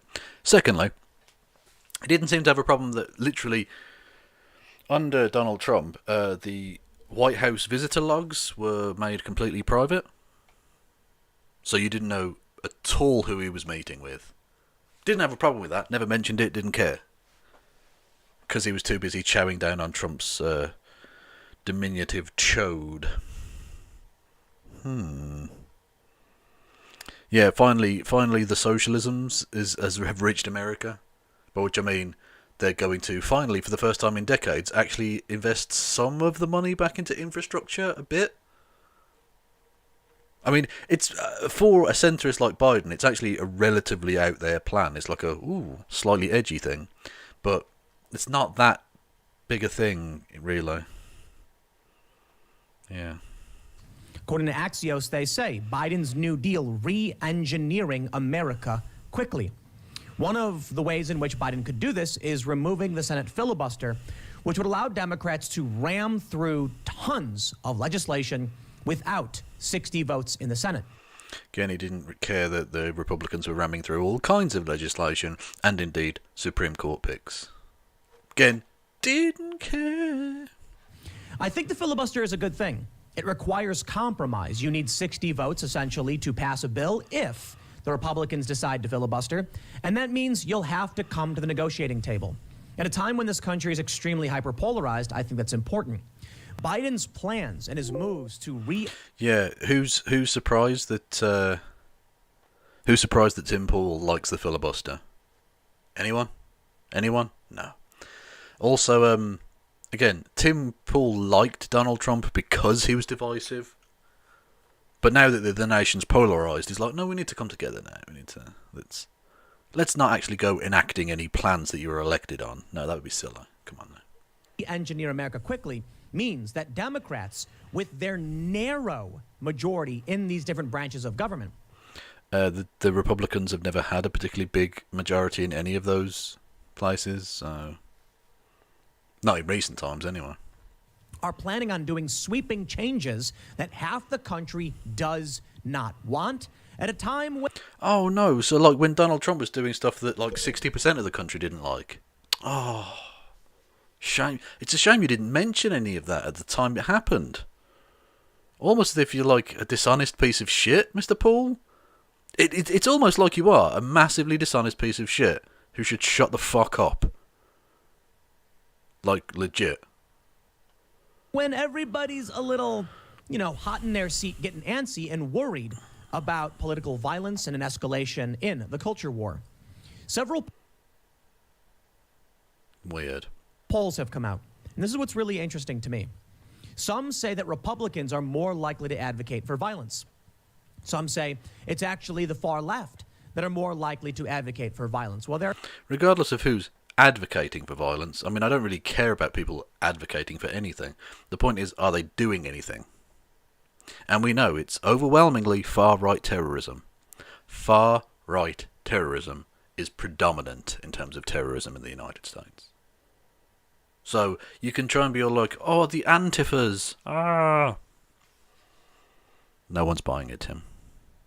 Well, actually, several people are, but they shouldn't. You're being dishonest. There are several polls saying Republicans are growing increasingly agitated and more likely to suggest violence can be used as a means to get things done. There are still other polls saying the inverse and saying that over the past 4 years, it's actually the very liberal who have been embracing these positions. With Joe Biden making these moves... Oh yeah, liberals are so extreme. I fear he may be ripping this country apart. You have to understand what re-engineering this country means. They're called... By the way, do you see how he's trying to tread the very fine line of saying it's the left that are calling for violence, but actually, if it's some right-leaning people that are doing that, then that we should just capitulate to the things they want, because we wouldn't want violence. But when the left do that, it's like, oh, they're evil terrorists. We need to ignore them. We don't negotiate with terrorists. Calling it Biden's New Deal. While some people may say it's a massive infrastructure plan that would help the working class, others point out the escalation in critical race theory. I genuinely want to ask any of these fucking people, any of them, what do you mean? What is critical race theory? What do you mean by the escalation of critical race theory? Nonsense. You're just talking shit. There's nothing to do with fucking critical race theory. It's about building like roads and shit. It's about investing in healthcare and all manner of different stuff. It's about re-increasing the fucking corporate tax rate. Not even to the same height as it was when Trump took office. So he's putting it back up a little bit, but not even as much as it was before the Trump tax cuts. It's like it's milk toast, really. It's quite out there for Biden, but it's not really actually that impressive. And it's got nothing to do with critical race theory. You're just talking shit. Is there anything that couldn't... Chat, help me out. Is there a single thing that ever could arise, ever, that they wouldn't make into a race... not a race war, into a culture war issue? Is there any topic that anyone could ever raise? Is there any political issue that could arise that Tim Pool wouldn't try and make it about critical race theory or postmodernism or transgender people or something like that? Is there anything? Let's really rack our brains. I'm open to suggestions. I can't think of anything. Honestly. It's such a shame that level of creativity... It's such a shame that level of mental acuity in terms of the gymnastics they're prepared to do. No raspberry jelly, it's like a food stuff, isn't it? So they'd make that into some sort of food poverty issue or something. You know what I mean? That kind of almost poetic ability to turn anything into critical race theory, cultural Marxisms.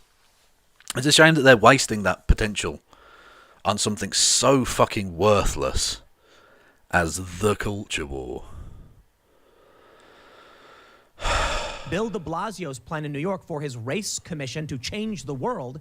Likely other Democrats will believe the same things. And Joe Biden's recent calls for massive and sweeping gun control. What's that got to do with critical race theory? What the fuck has gun control got to do with critical race theory, you stupid bastard? This is so Tim Pool. This is so unbelievably Tim Pool. Oh, fucking hell. Now, I've heard from a lot of people, and they say, yeah, for I'm the sure most you part, have, Tim. there can be moderate changes, and they typically don't care. As long as the government makes these changes slowly, people allow them to happen, even though under Trump you were like, no, he's been brought in to be a sweeping change, brush away the dead wood of compromise in Washington D.C. and drain the swamp and all of this. When Trump was in there, you wanted very, very radical action.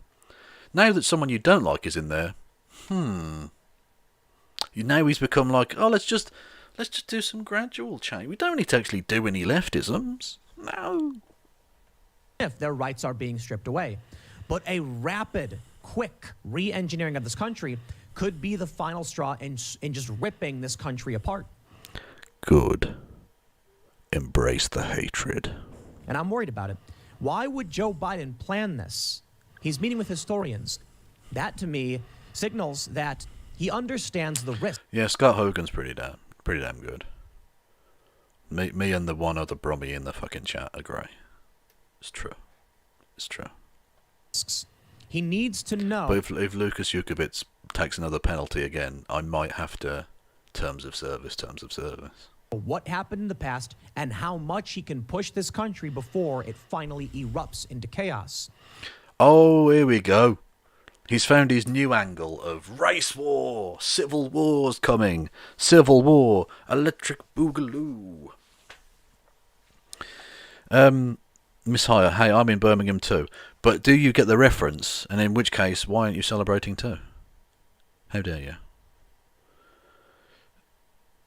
Yeah, I know. We're going to go over to the Dylan Burns thing in a bit because Christie's actually on it, so I want to actually watch it. So we'll watch that. It starts in about 20 minutes. So.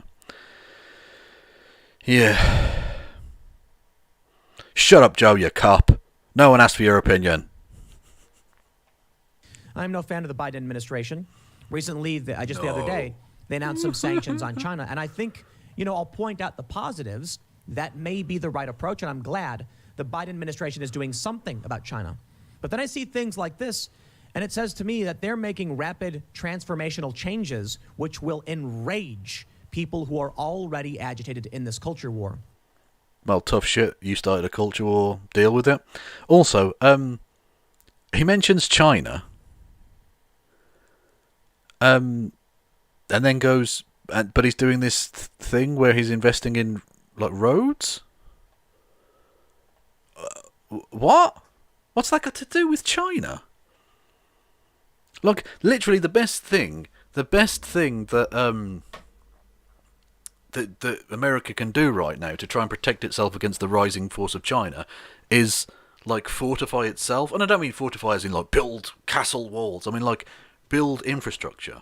Make America the most resilient nation it can be by building up its infrastructure, by making sure its healthcare is available to all its citizens, by making sure that its people are well paid, well educated, well trained, and safe. And currently, the people of America are none of those things. This is, like I say, it's a kind of a half measure. It's a good start, but it doesn't go far enough as far as I'm concerned. But this is actually a good move in general. It's a move in the right direction here.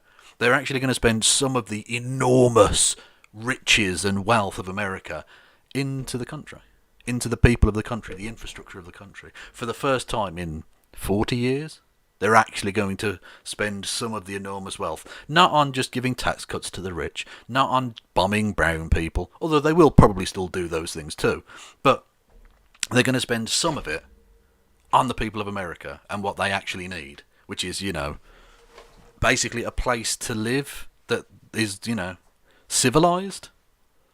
Call me crazy. Bunny in the box, I love you dearly, but I'm not doing a show based on just what me and you care about. Like, this is actually the thing. My love of sport is so deep, and my love of Birmingham City specifically, that if anyone ever met me in real life based on what they think I am from the internet, I think they'd be pretty bored, because I talk a lot more sport than I do politics a lot of the time. This is like my outlet. Let's see exactly what their proposal is and what's happening. And I want to point out, Donald Trump, according to Vox.com, ran as a moderate. He did not bring about this massive sweeping change they claimed he was going to. Some of the policies they criticized him for came from Barack Obama, notably the kids in cages thing or the travel ban. These were remnants of the Obama administration, what Joe Biden is... Oh, okay, there we go. We're just going to skip over Trump made it way worse. Also, that's not really true. The Muslim ban was a Trump thing. It was based on a list that Obama, who was a shit president, by the way, a list he came up with, but it was Trump who did it. Stop trying to pass on all of the shit, like all of the shit that happened in the last 4 years. They're just going to be like, let's pretend that didn't happen. They just went straight from Obama to Biden. All of the bad stuff. Then anything that's vaguely good that happens for the next 100 fucking years, they're going to be like, Trump did that. That was based on what Trump did. That's Trump. Yeah. Is planning on doing, they tout as bigger and bolder than Obama. And he needs historians to guide him, lest he... You actually are here for the Birmingham City commentary. Shut up. destroy this country. Before we get started, head over to timcast.com and become a member to get access to exclusive members-only segments of the Timcast IRL podcast. That's a show we do live late around 8 p.m. every night. Signing up at timcast.com helps me and my shows, the people who work on them, in the event that we get banned or purged. This is what's allowing us to keep moving forward and allowing us to expand. So we've got a new website coming. We've got more employees coming on. Means we're going to have writers. Become a member and don't and figure out what's going on. I skipped forward there, by the way. There wasn't like a glitch or anything. I'd rather not have him do adverts on my fucking channel. Actually, I should do adverts. I'm going to shill for a second. Go and follow me on YouTube. I'm Kevin Logan on YouTube. Go and subscribe to me, or even follow me on Twitch, which is free. Just hit the follow button. Also, you get called a nerd by Homer Simpson. It's very sexy. You can also subscribe to me with $5 of your own money, or more if you want to do a upper tier thing, which I don't get why that's a thing, but whatever. Or if you've got an Amazon Prime, link it to your Twitch channel, and which is free, and then you get one free subscription to a channel every month, which you can use on good channels or shit ones like mine that need the money. So you can do that. There's bits. You can give me bits. That's money as well. Yeah. There's Streamlabs, because there's no way YouTube are ever going to give me super chat ability ever again. I'm never getting monetized. So if you wanted to give some money, you could do it that way. The Streamlabs is linked below. There's Patreon as well if you want to give a regular monthly donation to help keep the show on the motherfucking road. Boom! That was actually vaguely slick. I'm getting almost good at this. Almost. And I'm going to be trying to professionalise a little bit the kind of layout of the show as well. So I'm going to have like a border around I'm going to like set it up properly so it looks... You know, like how if you go onto a proper streamer, it looks good, rather than the shit I do here. It's going to be like that. Thank you to Rhymes with Nonces. What rhymes with nonsense? For 100 bits, thank you very much. And thank you to Deirdre the Destroyer with 100 bits. Thank you to both of you. Very generous. Thank you. I appreciate it with a deep and sexual desire. And thank you to Firewood159 for following. Biden's New Deal, re-engineering America quickly. President Biden... Again, I can only say from that headline and from the way Tim Pool is responding to all of this, that the Biden and the America that Biden is like running, that are described by conservatives, it sounds so good. Like, he's doing everything. He's going to increase your minimum wage. He's going to give you healthcare. He's going to give you free hand jobs on a Tuesday. There's an infrastructure bill. He's going to give head to every goat in the country for lols. It's amazing. Actually, don't give head to goats. Unless goats are into it. I don't know. Anyway, but the point being is that he's going to do everything. He's going to do everything. It's going to be fucking awesome. And actually, he's just like a weird milquetoast dickhead, really. Under the impression... Anyway, yeah. Sorry. Recently held an... Yeah, they're setting up the debate thing in a minute, so we'll watch this and then go over. Undisclosed East Room session with historians that included a discussion of how big is too big and how fast is too... Ladies, how big is too big? Or gay men, if you're, whatever. If you're interested in penis. I'm doing a penis analogy. Because Tim did a silly thing and he's boring. So I'm doing a thing where I pretend he was talking about penises. Because that amuses me. It keeps the dark thoughts away. So, that's a thing. Too fast. I turned a bit of whimsy into a very, very dark thing. Jam through once-in-a-lifetime historic changes to America. Matters. The historian's view were very much in sync with his own. It is time to go even bigger and faster than anyone expected. Bigger and faster. Tim's a man after my own heart. Nice. If that means chucking the filibuster and bipartisanship, so be it. They say 4 things are pushing Biden to jam through what could amount to a $5 trillion plus over... Apparently we're one thing away from a hype train as well. Although they've been teasing us. They've been dick teasing us with the fucking thing, so... I don't know if the hype train will actually work this time. And I don't even know what it does. I've still yet to receive anything like a fucking proper thingy-majig as to what that is. Are they? Oh, they're setting up the hippy-dippy thing. There we go. We've got Denims is also there, who's really cool, and various other people. Overhaul of America and vast changes to voting, immigration, and inequality. 1. He has full party control of Congress and a short window. Not really. Again, in theory he does, because he has like a slim majority in both houses. But with Joe Manchin basically becoming like the king of America or something, like whenever there's a fucking issue at play, they always go, let's ask Joe Manchin, a man who terms of service, I cannot possibly describe terms of fucking service. Anyway, they go to him, a boring right-wing cunt in a suit. What should we do? The nation and its potential progressive fucking movement moving forward relies on you, Joe Manchin, a man, terms of service. To go big. 2, he has party activists egging him on. 3, he has strong gathering economic wins at his back. And 4, he's popular in the polls. That last bit, the immigration, the inequality, I think all of it is just them basically saying, now's our chance to seize the ground. This is political warfare.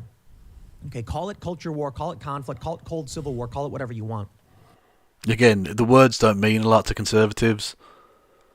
Even though those things are kind of different, they just call it whatever. Call it communism, call it fascism, call it spaghetti bolognese, doesn't matter. Whatevs. But these voting changes, like H.R. 1, would nationalize the voting process. Sorry, bolognese, before any Italians ever go. The longest time was left to the states. That's freaking people out. The statements about immigration at a time when we're dealing with a massive migrant crisis on the border, a border crisis, that meant... A massive migrant crisis. No. The countries in the Middle East have had to absorb millions of people from Syria, a conflict that we have very much exacerbated by selling weapons to both sides, and of course, by selling weapons to Saudi Arabia, who give them to ISIS anyway, and by bombing them ourselves. Those people, which country it was, something like Lebanon, where something like 30% of its entire fucking population are now migrants, immigrants or refugees, I should say. Those countries those countries are facing a migrant crisis. What you're facing in America is a migrant trickle. What you're facing in America is nothing. You people are fucking absurd. Many are criticizing Joe Biden for. Even the left is criticizing Joe Biden over this. Yeah, but don't act like they're criticising them for the same reason. The left is saying, there are still fucking kids in cages. What the fuck's going on with that? Whereas you're going, you know, there are some kids who aren't in cages. What's going on here? They should be in a fiery pit. We should catapult them into the ocean. Although those two things would be incongruent, but you get the idea. Joe Biden abandoned many of the plans Trump put in place, and it's only getting good worse. And then you have inequality.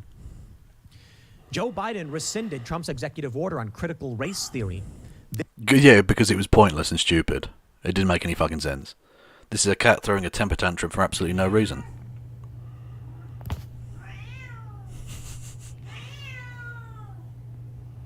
I disagree with this title. Cats don't do anything for no reason. It's all a well-crafted game of psychological warfare.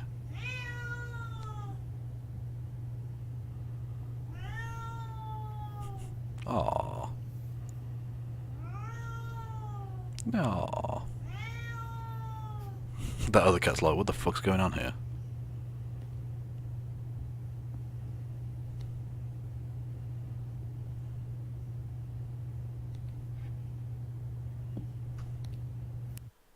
Aww, that was cute. This isn't cute. This is the Democrats realizing their power is limited.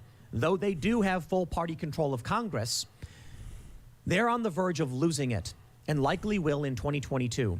Now, should they make... I'm still not entirely sure about that. I think Trump will play spoiler in a number of things. Now, they may very well get it back, because the Democrats are fucking useless, and are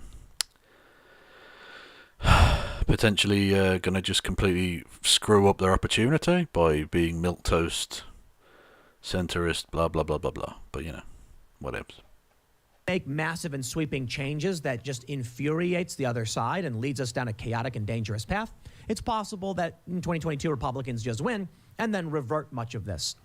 But Joe Biden will still be the president and could very easily veto and block much of what the Republicans in Congress could. Good. Fuck him. Fuck you. There we go. Christie's there. Right, so we've got... The lineup is... Hang on a second. The lineup so far, we've got... this is the... That's Dylan Burns. That's James Kunz of the Modern Day Debates. Denims, who's a sock-dim... Hang on. Quite loud.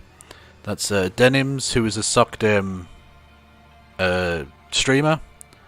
This guy I don't know. Phil K-O-E, don't know who he is. Critical thinking veteran. I actually had a stream with him and various other people before, which was quite fun. Oh, hang on. Christie's disappeared. Okay. And that's actual Jake from the Hannah and Jake channel. Yeah, critical thinking veteran's like a conservative dude who's the most American person I've ever talked to, I think. He was a trucker and like a Second Amendment obsessive and stuff. Quite funny. Anyway. Thank you to Field Whittle with 100 bits saying, have some debate watch starting bits. Well, thank you. I appreciate it enormously. Some would say too much. Probably not, though, to be fair. That's annoyingly loud for me. It's not coming through that loudly for you lot, but... You know.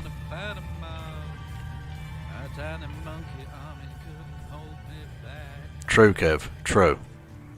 I don't know who this guy is, but you can generally tell if they've got an American flag behind them. They might be a cunt. I mean, I don't know, and that might seem weird, but, you know. John Krembos, with 500 bits, thank you very much, says, go, Christie, go. Indeed. We are stanning Ms. Winters tonight. Definitely. Actually, while we wait for that, we might as well do some more bookmarks. We did that. That's the racisms. That's Tucker Carlson. Oh yeah, Kent Dankula's running for office. Who cares? Thank you. Thank you to Ali Menthal for following. Welcome aboard. Oh yeah, this is quite nice. I used Ben Shapiro's argument strategies on my research paper for English class. Why did I fail? It's a mystery for the ages, that one, isn't it? It's an absolute mystery as to why this person, having used Ben Shapiro's tactics, it didn't work. This is quite nice. Yeah, so this is the weirdo who's like, oh, why do you want to? You should fuck.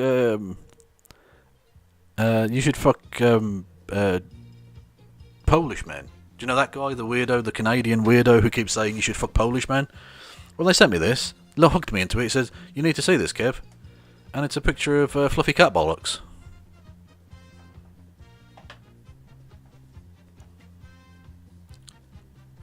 Naturally.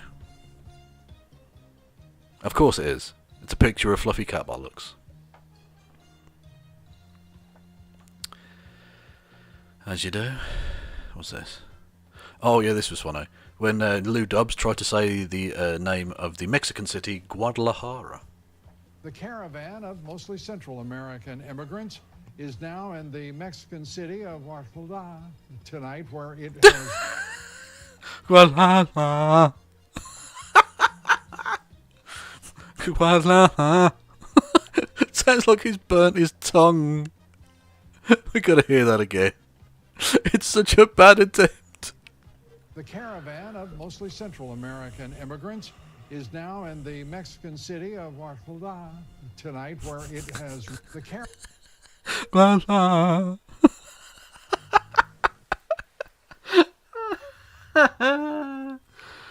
Oh, delightful. Where's Christy disappeared to? I don't know. Anyway, oh yeah, so the yeah, mentioned that earlier. That's the Samuel Kasumu informed colleagues of his decision to leave. He was the government's racial relations advisor who quit after the whitewash report. Yeah. Oh, there's Christy. Oh, Prime Chaos is there as well. Oh, that's dope. I think everyone knows Prime. They do the debate stuff. I've been on their channel a couple of times. Yeah, this is nice. A woman has sparked controversy online after she ripped off part of the Bible asking wives to be submissive to their husbands and used it to smoke weed. She rolled up a fatty with the Bible. Nice. Yeah, this was weird. Marjorie Taylor Greene. This is apparently how she's protecting herself from COVID by doing completely incorrect pull-ups. Probably going to destroy her hips doing that. Although, to be honest, all of that extramarital sex is probably doing that, to be honest. But, you know. Whatevs. This is nice. I like this. I like the fact that there must be a backstory to this, right? Because they've written on the note there, if you can't see, this cat is not stuck. Thank you. So that cat must do that so often that people are like knocking on the door, saying, "Is that cat okay?"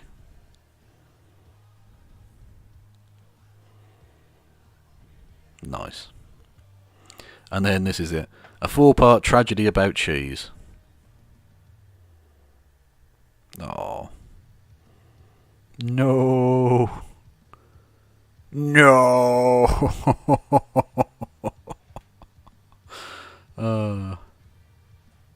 Now, I will sex shame her because she's a hypocrite.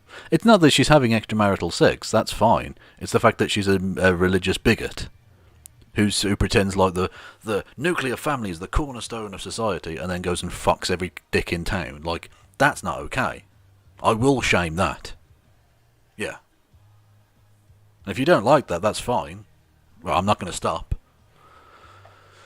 Yeah, again, another systemic racism bit. There's a British police officer there, serving British police officer. Benjamin Hannam, 22, from North London, was in a banned neo-Nazi terrorist organisation. Police officer there. The police, are there any good police? Do good police exist? Because I'm not sure. I'm not sure. Oh yeah, Scott Adams is weird. He's blaming China for all these things, including racial unrest in America. Somehow, I don't know how that's China's fault, but yeah. Then there's this legend.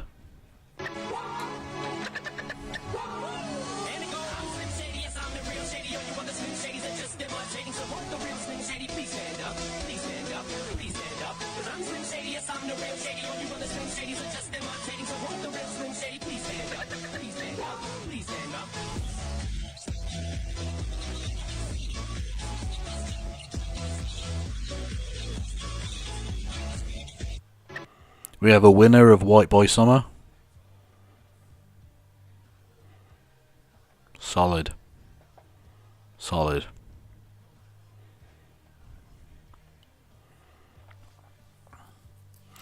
Yeah, normalised jail for Dr. Fauci, says the Quartering. Yeah, when Trump was in charge, someone says, over 3,000 Americans died yesterday, you sicko. And he says, so? Ooh. Anyway. We're starting off with 7 contestants. As this thing goes through, I'll explain the rules. I'm going to unmute so everybody can hear me.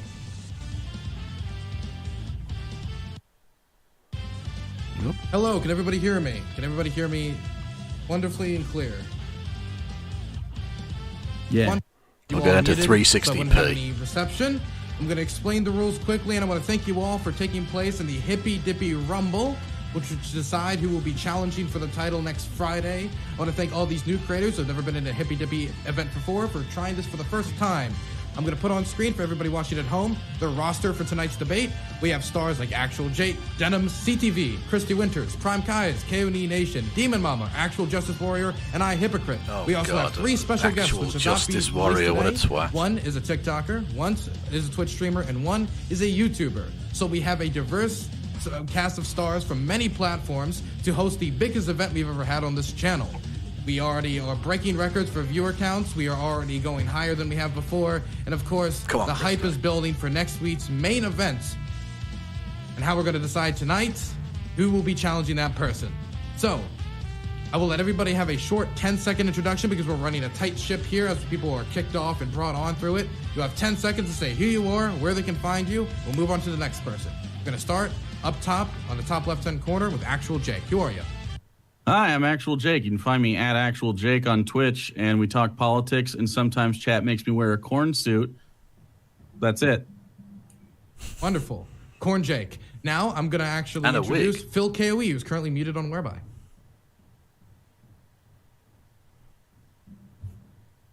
Hooray! Welcome, everyone. My name is Phil KOE, the winner of the first ever Dylan Burns Royal Rumble. And you can find me at KOE Nation on Twitch and YouTube. And it is a pleasure to be with all you beautiful people. Thank you very much. Throwing it over to Denims. I like Denims. Well, Denims is muted. Throwing it over to Critically Thinking Veteran. Critically Thinking Veteran is muted. Throwing it over to Christy Winters. Hi, I'm Christy Winters, and if you know me, it's probably because I make some YouTube videos. You can check it out on my channel. I do a Sunday live show for an hour. Come by. Done. Throwing it over to Prime Kai's. Hello, my name is Prime Kai. I run a panel show, similar, but not quite as good as Hippy Dippy. Come over and check it out. Wonderful. Throwing it over to Sean, who is muted on Whereby.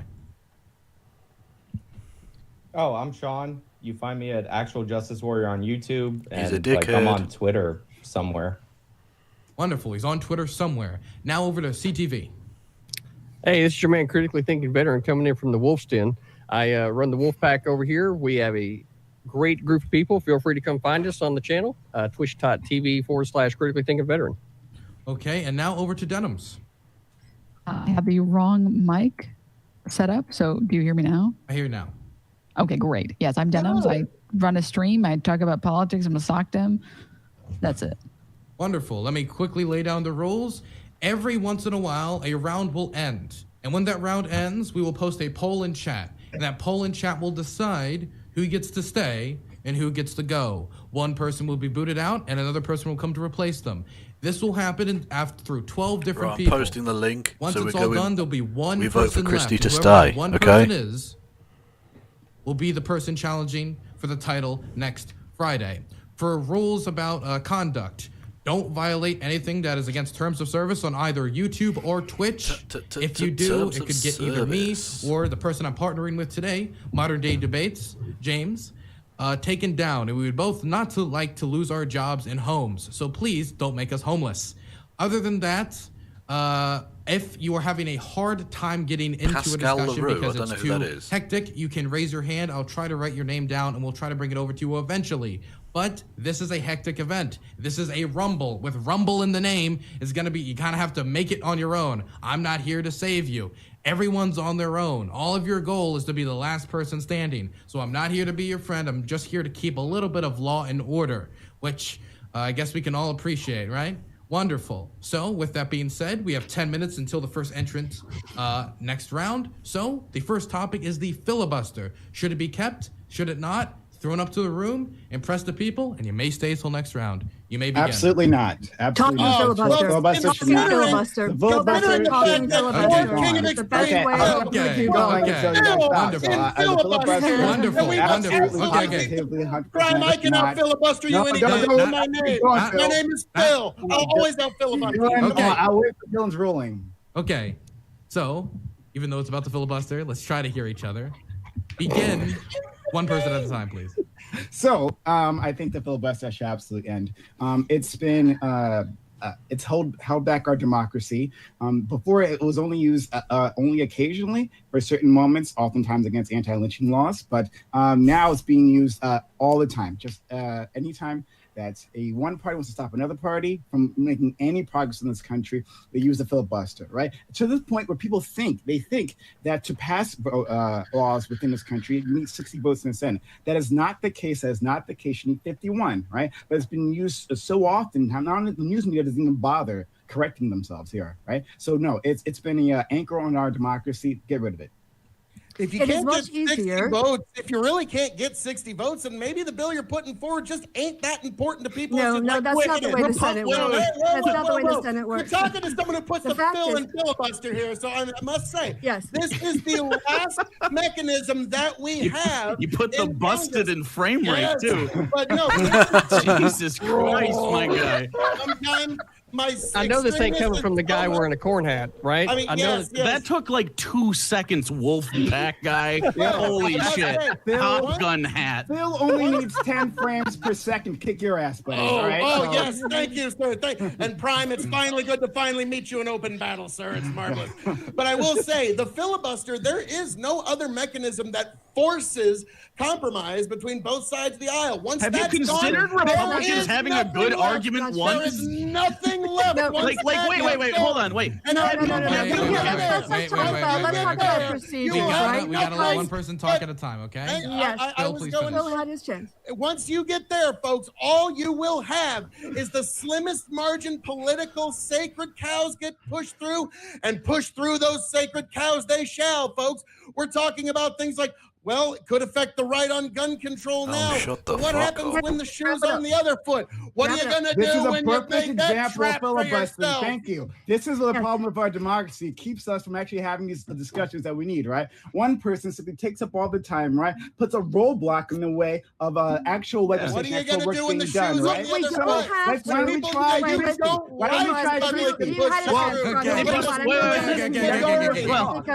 This is a topic that I do care about and know about. So here's the case. We don't have to have an either or with no filibuster or a full filibuster. We can go back to the talking filibuster, which is when people talked until they couldn't anymore, and then we had the votes. I don't mind people having a chance to air their oppositions to a bill. That's fine. And there should be some power within the minority in terms of having their voice. But 40 senators should not be able to stop what the country wants to do. That is completely ridiculous. However, it is easier procedurally to go back to a talking filibuster than it would be to end it. So tactically and politically, politically, talking filibuster is our first step. You do that, and then we can have a conversation about the rest of it. So I You agree make with an you there. I excellent absolutely point agree with because you. then No, Bill I'm not- Cayley would have to be I elected to agree the with you Senate there, because that I a can talking talk for filibuster 21 makes a lot of hours. sense. So talking filibuster makes a lot of sense. Like you see from Phil Go to Cayley's Sean next. work right here, it's actually effective tactic. I can see that, but like we'd have to have still rules in place even within that, right? Yeah, but the Because reality I can is see that them like it would have to, for instance, like one senator could do a talking filibuster and not like being replaced by another and doing a whole train. Like that would be my opinion on that, but we'd have to limit the impact of the filibuster. Yeah, I mean, that the way. talking filibuster would. Oh, yeah, I have was to get up muted. there and do the speaking. We Yeah. saw in Texas where a woman was trying to stop abortion attacks on abortion going through. Did it right? That's fine. I think that those actually, in some ways, it gets people interested in what the political event is. But to stop a bill that 75% of the people want or 80% of the people want because 40 senators say no. That's not democracy. That's You not say not 75, 80%. That should get Christie through. Okay. That should get Christie through to the next round. As long as she doesn't go out first, that'd be dope. Is that it delays democracy, but the purpose of the Senate is so that the United States federal government is not restricted to the confines of a democracy. The entire Oh, point of shut it the is so that fuck small up. states have equal representation in one body.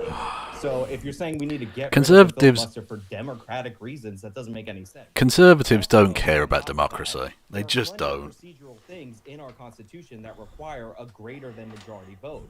You need a 2/3 majority to ratify treaties, 2/3 majority to declare war. All of this is because our government is Except American governments just do that without vote anyway now. it's specifically designed not to be subject to the whims of the majority. So the filibuster, the legislative filibuster, you're like, oh, well, this amount of percentage of people want a certain bill. Well, that's not what the Senate is designed for. It's specifically I'm going to type penis in the chat. That's why there's no But on the other side of that, bro, on the other side,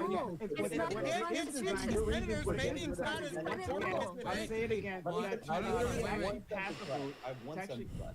Your reasons for getting rid of the Senate filibuster are more of a justification of getting rid of the Senate than the procedural Yeah. thing that makes the Senate function. Let's get rid of the Senate. Yeah, fuck the But no, Senate. the problem is, like, no, you're absolutely correct, Ron. You're absolutely correct when you say that we have things within our government, right, that are designed for larger than a simple majority. You're absolutely correct, right? But filibuster wasn't one of those things, right? That was added in later, and then beyond that, of course, Yeah, right. it's And a I'm glad that you simple brought Senate that law. up because So- the reality is that the I'm reason not why done. there was a I'm not breakdown done. is because I'm there was not an inherent flaw in the Constitution. You gotta let Right? Frank You finish want to quick. address the actual framework of government. The tyranny of To be fair, that is pragmatism.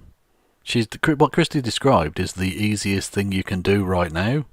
Getting rid of the filibuster is a big step, but if you go back to the talking filibuster, their arguments collapse. simply cannot get done. Right, because it everybody happened wants to under federalize everything Obama, instead of keeping it at Trump, the appropriate and now level it's going to possible. happen under Biden. I'd actually like to get something done in this country. Go ahead, CTV. Well, then start understanding civics and start there, right? And you're right. To begin with, that the filibuster wasn't supposed to be what it has become today. But the reason why is because a lot of this federalization and centralization of fucking power, and our system was never designed to do that from the fucking start. So then when you start passing legislation at the federal level, and Christy, your numbers are wrong to begin with. You say 75 to 80%, but that would I'm Oh, already. talking about any hypothetical bill. Yeah, for you say instance, 75 to 80%, but the reality is that 60%, Like gun control, 60 votes reasonable is what's gun needed. That's controls, 60 fucking background percent, checks. right? So 60% is all that's needed, not 75 or 80, right? So then but we're from talking there, about very popular bills that are being held up by a exactly, really if it small had 75 minority. to 80, he would have more than 60.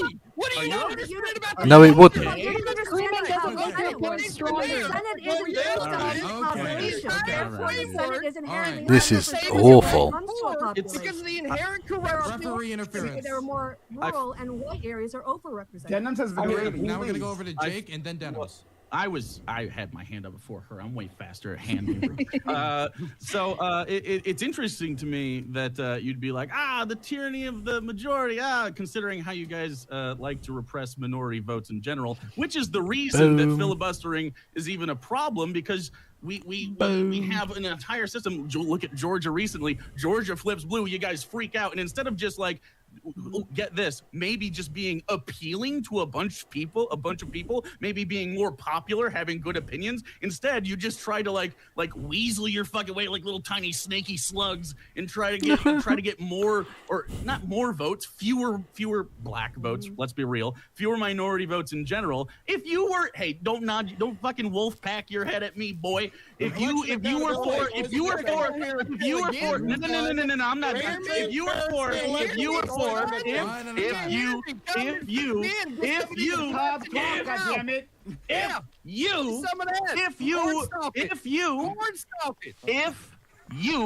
were interested in having any sort of actual reasonable system in general, you would allow everybody, because of course you are the party of freedom, to let everybody vote in the easiest possible way with shade, with water. No, you fucking don't. You want everybody to vote for fucking idea. You can't let them have water in line. You got to make sure that they. And integrity in elections is important. Stop. Okay, we're doing it over to Denims. We have 1 minute left in the round.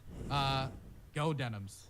Okay, first of all, I got a couple points. First of all, we're failing to recognize that a majority in the Senate is not equivalent to a majority of the American population. The majority of the American population is, for example, in favor of legalizing weed. We can barely get a couple of senators who are like, yeah, I agree. So the majority in the general population has nothing to do with the majority in the Senate. Second of all, it's so funny that conservatives are always complaining about how the government can never get anything done, but they're always in favor of shit that helps the government not get anything done, like filibustering.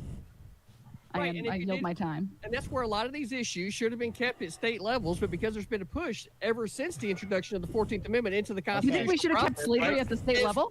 Is why the he's arguing for slavery there. Are you not understanding history? The framework changed in the Constitution. They have a good That's why the 14th Amendment not only introduced the and the federalization, but it also introduced voting rights. And then we had to amend the amendment in order to I've been asking more. Round over. There you go. Stop. Okay. I mean, that's it. We can't conclude. Give me a second. So that round was fast, wasn't it? That was the 10-second round. The rest will be 20 from now on.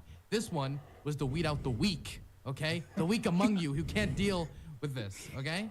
So there is a poll in chat. Everybody can go take this, post it in their own communities, post it wherever, and see who can win this. Okay. There we go. Honestly, I gotta say, my neighbors are already banging on the floors because I'm shouting so loud. So y'all can vote for me. It's like going on 2:30 in the morning. Wait, here. can you post that again? Yeah, it's in the chat. Yeah, in the chat. Keep Christie. Vote for Christie. Throwing yourself over the top rope and Wow. living. Wow. You know what, Can you Christy? hear the banging? I respect it. I respect it, Christy. I respect it. Site can't be real. It was a pleasure meeting you. So we're voting who to keep, correct? Right? Yes, who to keep. No. Which is obviously Phil KOE. Come on, Yeah, folks, you know Phil's amazing. I like Phil a lot. So thank you. Vote for Christie immediately, all of you. And, Keep in the Christie. interim, if I may, there was something I couldn't get in at the beginning, but folks, I think I need to say it here since we are at a Royal Rumble. Are you ready, folks? We are here at the Dylan. This guy needs to get a slap. I feel like this is Royal messing Rumble. up the spacing of the show if we're doing the anyone intro else 10 having minutes trouble into with It looks like the poll's broken, by the way. Yeah, Let's get ready to rumble. The poll's broken? Yeah, it looks like the poll's broken. Nobody can get in. I had to get that in. Try Don't straw worry. poll. Okay, I'll was have like my holding mods my fix breath. that. Doesn't matter because Christy has thrown herself over the top rope. Oh no, Christy. I'm happy to have you on, Christy. Veteran of If the you do it skeptic in a era. reasonable hour, yeah, it'd be great. But Yeah, You have a nice it was day, nice Christy. to- Thanks for coming again. on. good to see you. Wow.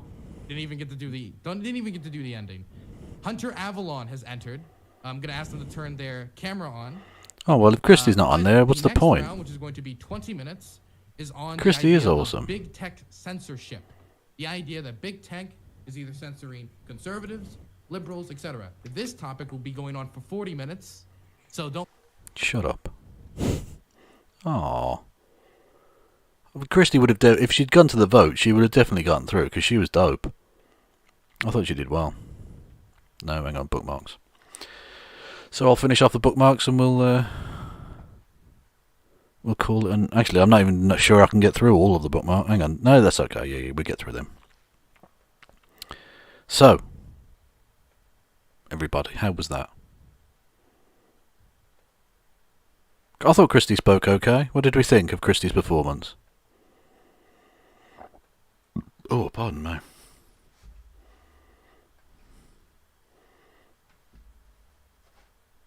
Please censor conservatives. Okay. Yeah. Fair. Yeah, I thought Christy was okay. Yeah. Anyway, so I talked before about Brian Rose, who's running for London Mayor, and someone went and put a Hitler tash on one of his things, on one of his massive posters. So yeah, that's just London being London, you know.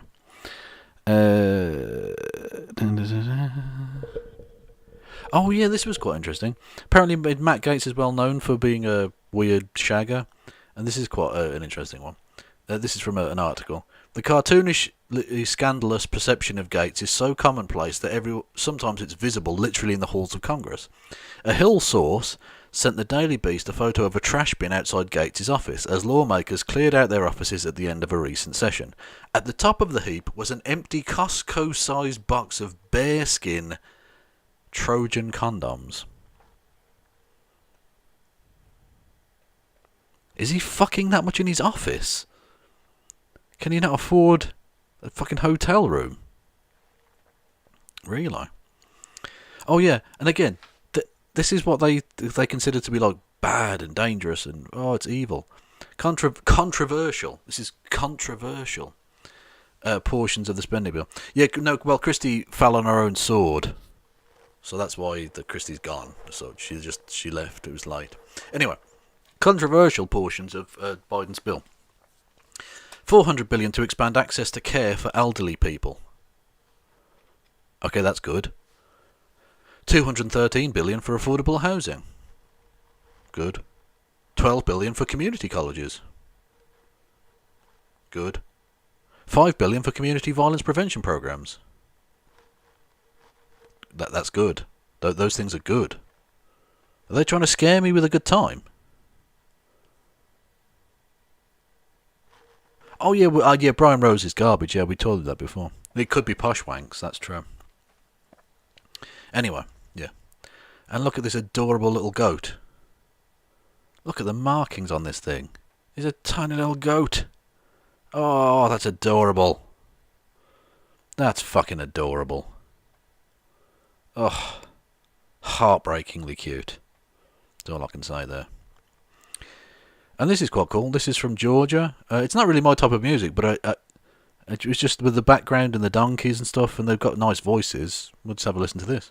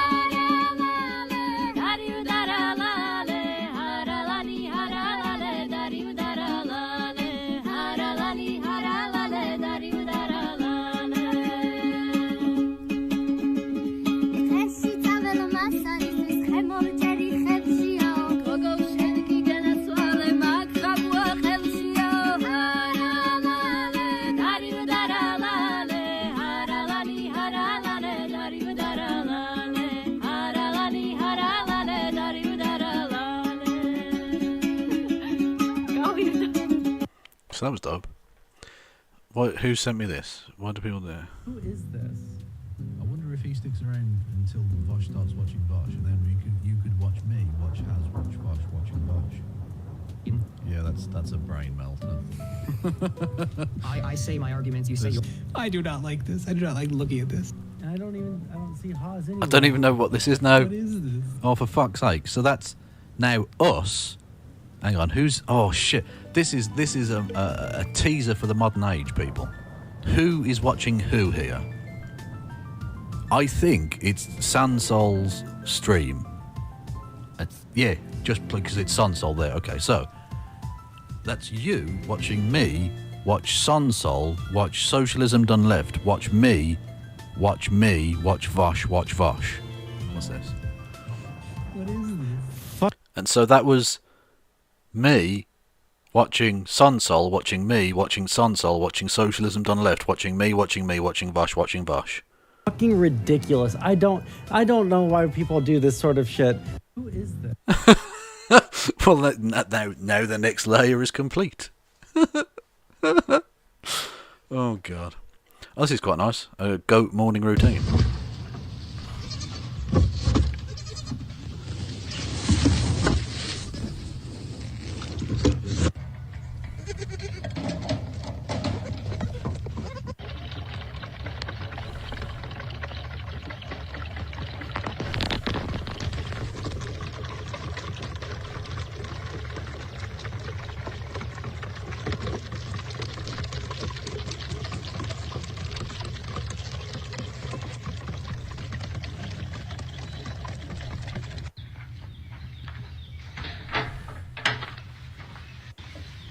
Oh, and then there's a little cow.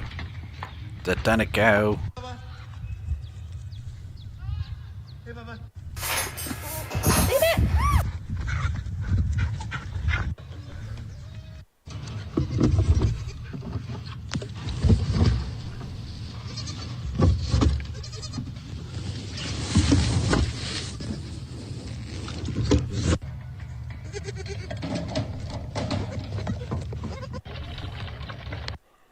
So this is Mama Cat's reaction to newborn puppy.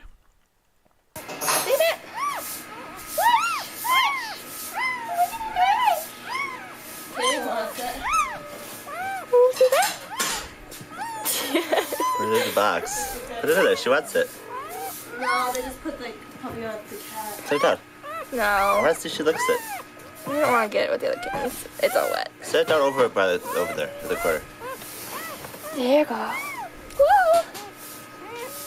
He's not happy. See what Tia does. He's not happy.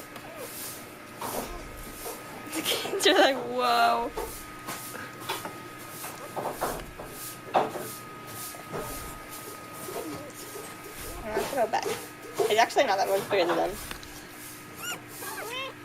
You like him? Do you like the little puppy?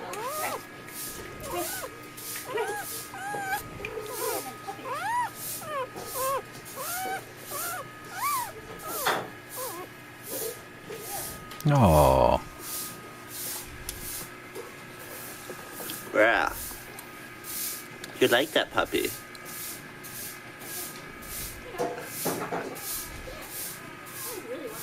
Aww. Is that Janice Cameron or is it Boris Cameron? Aww. Adorable.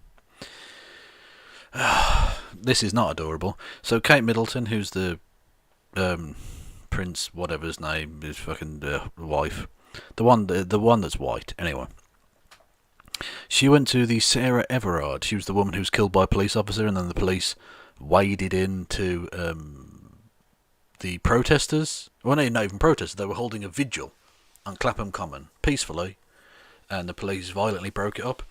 Turns out Kate Middleton's the only one who didn't break the law when she attended that event, because technically that was work. So she was allowed to do it because it was work.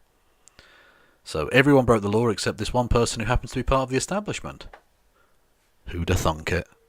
It's almost like Britain's a deeply corrupt nation at the very core of what it is. Loves you.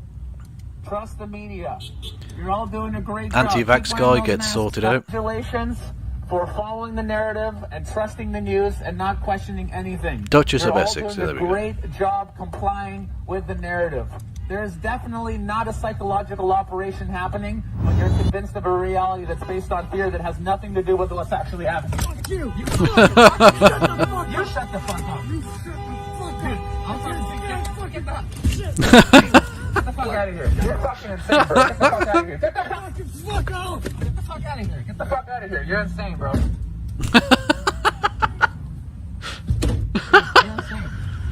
Get the fuck away from this guy. Dude, get the fuck out of here, man. I'm gonna kick you in the fucking head. We're trying to wake people up because you've been psyoped. We love you people. You've been psychologically. You're literally been silent. Fuck. Are you happy now? Are you happy now, you fucking asshole? We're trying to wake you people up over here.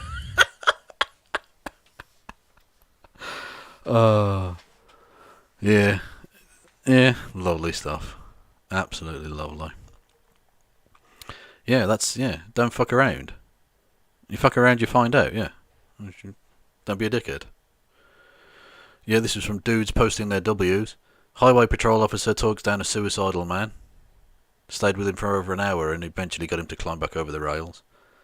A full 8 years later, Bethia, now married with 2 kids, presents Briggs with an award at the American Foundation for Suicide. That's a kind of beautiful thing, you know? I think we found the one cop who isn't ACAB. That's pretty dope.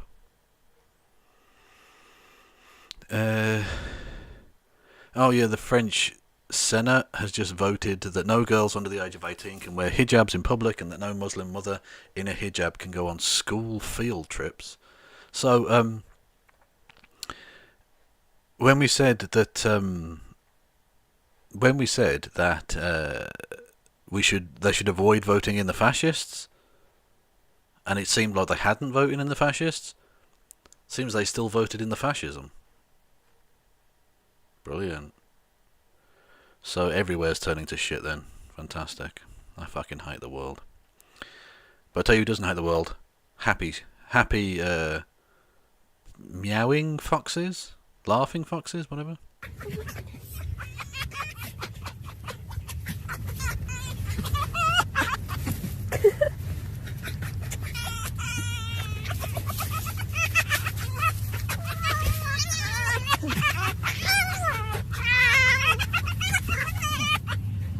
Dixie. Dixie, do.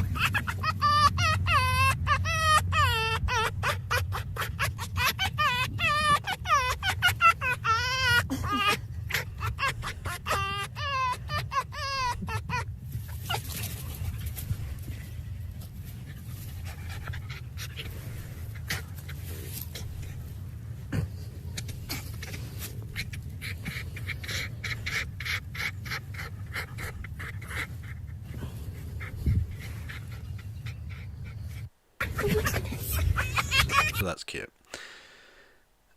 Yeah, bad medical takes. This is amazing.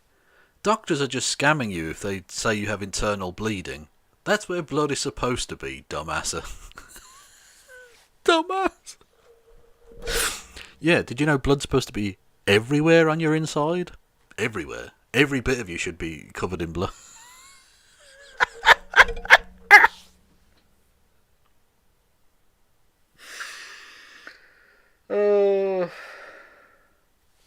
Some people are too stupid. Some people are too fucking dumb. Too dumb. Oh, Nick, I don't know if they're still around in the chat, but hello there. Getting back in touch. Sipruski, again, has now been banned and then come back as Sipper_Ruski. With freezing gulag, you reactionary shitbrain shows shithead. Bad is your dipshit brain. You're so dumb and R-word. You are the dumbest moron on earth, dickhead, Chauvin's dipshit cancer, and then in lowercase, Stalin is still a million times better than you, cock. And then, oh, you libtards piece of shit are disappearing everywhere, cry like a useless sack of piss, dickhead, waste man, Americans are the dumbest pieces of fucking, on the planet, fuck yourself, you useless prick of gulag shit. Fuck off, freeze in Siberia, your shithead will turn into pulp. Fuck punch your face and burn you. You're a moron, dipshit gamers are the most R's on earth. Fuck your prick turd, useless sack of piz. And then, in lowercase, you should have been aborted. Hang yourself. Delightful. And then Nick comes back with, hey, thanks for the kind words of support. And Sipruski says, no problem.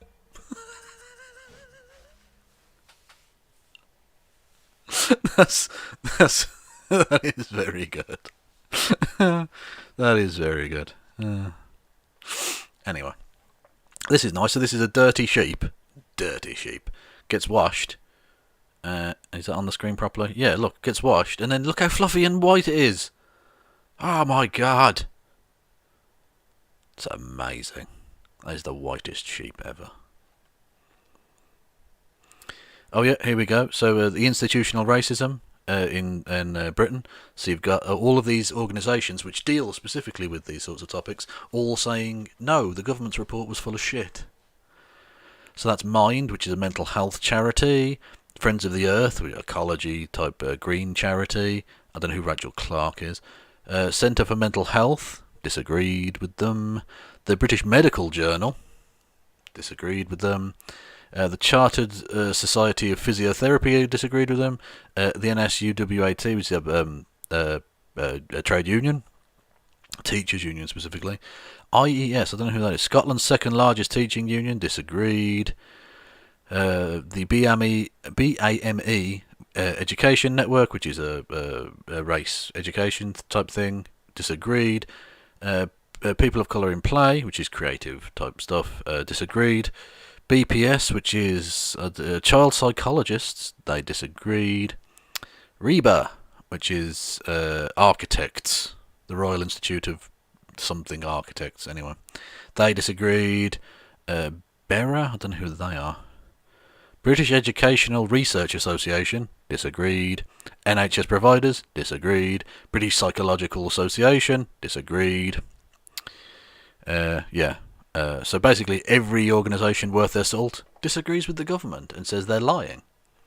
Fun times. That's the Matt Gaetz might be arrested any time. This is quite nice. I see this year's cat crop. It's coming up very nicely. Good to say. Good to say. This is just cats to a fucking T. Person's doing a dance. Nope. Cat wants to get in the way. Just completely ruin it. Which is good. Good stuff. Here, this is nice. Hang on. So this is what your cat's doing when you're not home.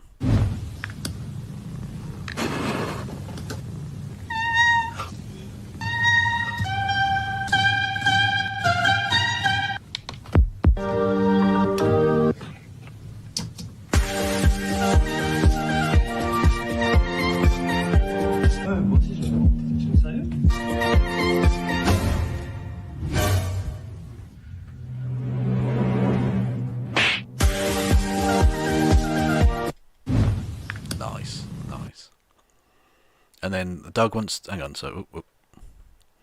The cat in the dog bed. Dog wants to get in there. Hilarity ensues.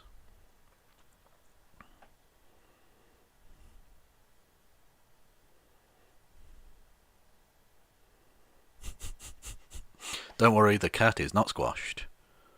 The cat is not, in fact, dead. Cat appears there and then... Hang on. Hang on a minute. There we go. There we go.